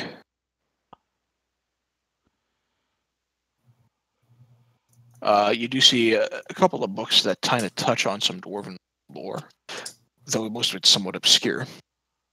What you do find of interest are 4 spell scrolls. No one open any of the books. One of which is a spell scroll of alarm, All right. a spell scroll of disguise self, a spell scroll of enlarge/reduce, and a spell scroll of shield. What level are these? Enlarge reduce is 2. The rest of them are 1. Yeah. I'm gonna ask if I can keep disguise self. See if I can study it and get permanent. I think you should probably keep the alarm one too. That way you wouldn't have to. Spell. Oh yeah, so I don't have to expend it. Yeah, I'll keep alarm as well. All right, so Kent, I'm sorry, you're taking alarm and disguise self? No, that's Kurt. Kurt is taking sorry. those 2. Yeah. All right, I'll hold on to the other 2, I guess. Yeah. Go ahead on that. And as we end combat here, I think, given the time, tonight's probably going to be right here. Probably going to be the best place to stop it. Yeah. Fall asleep. All right, guys.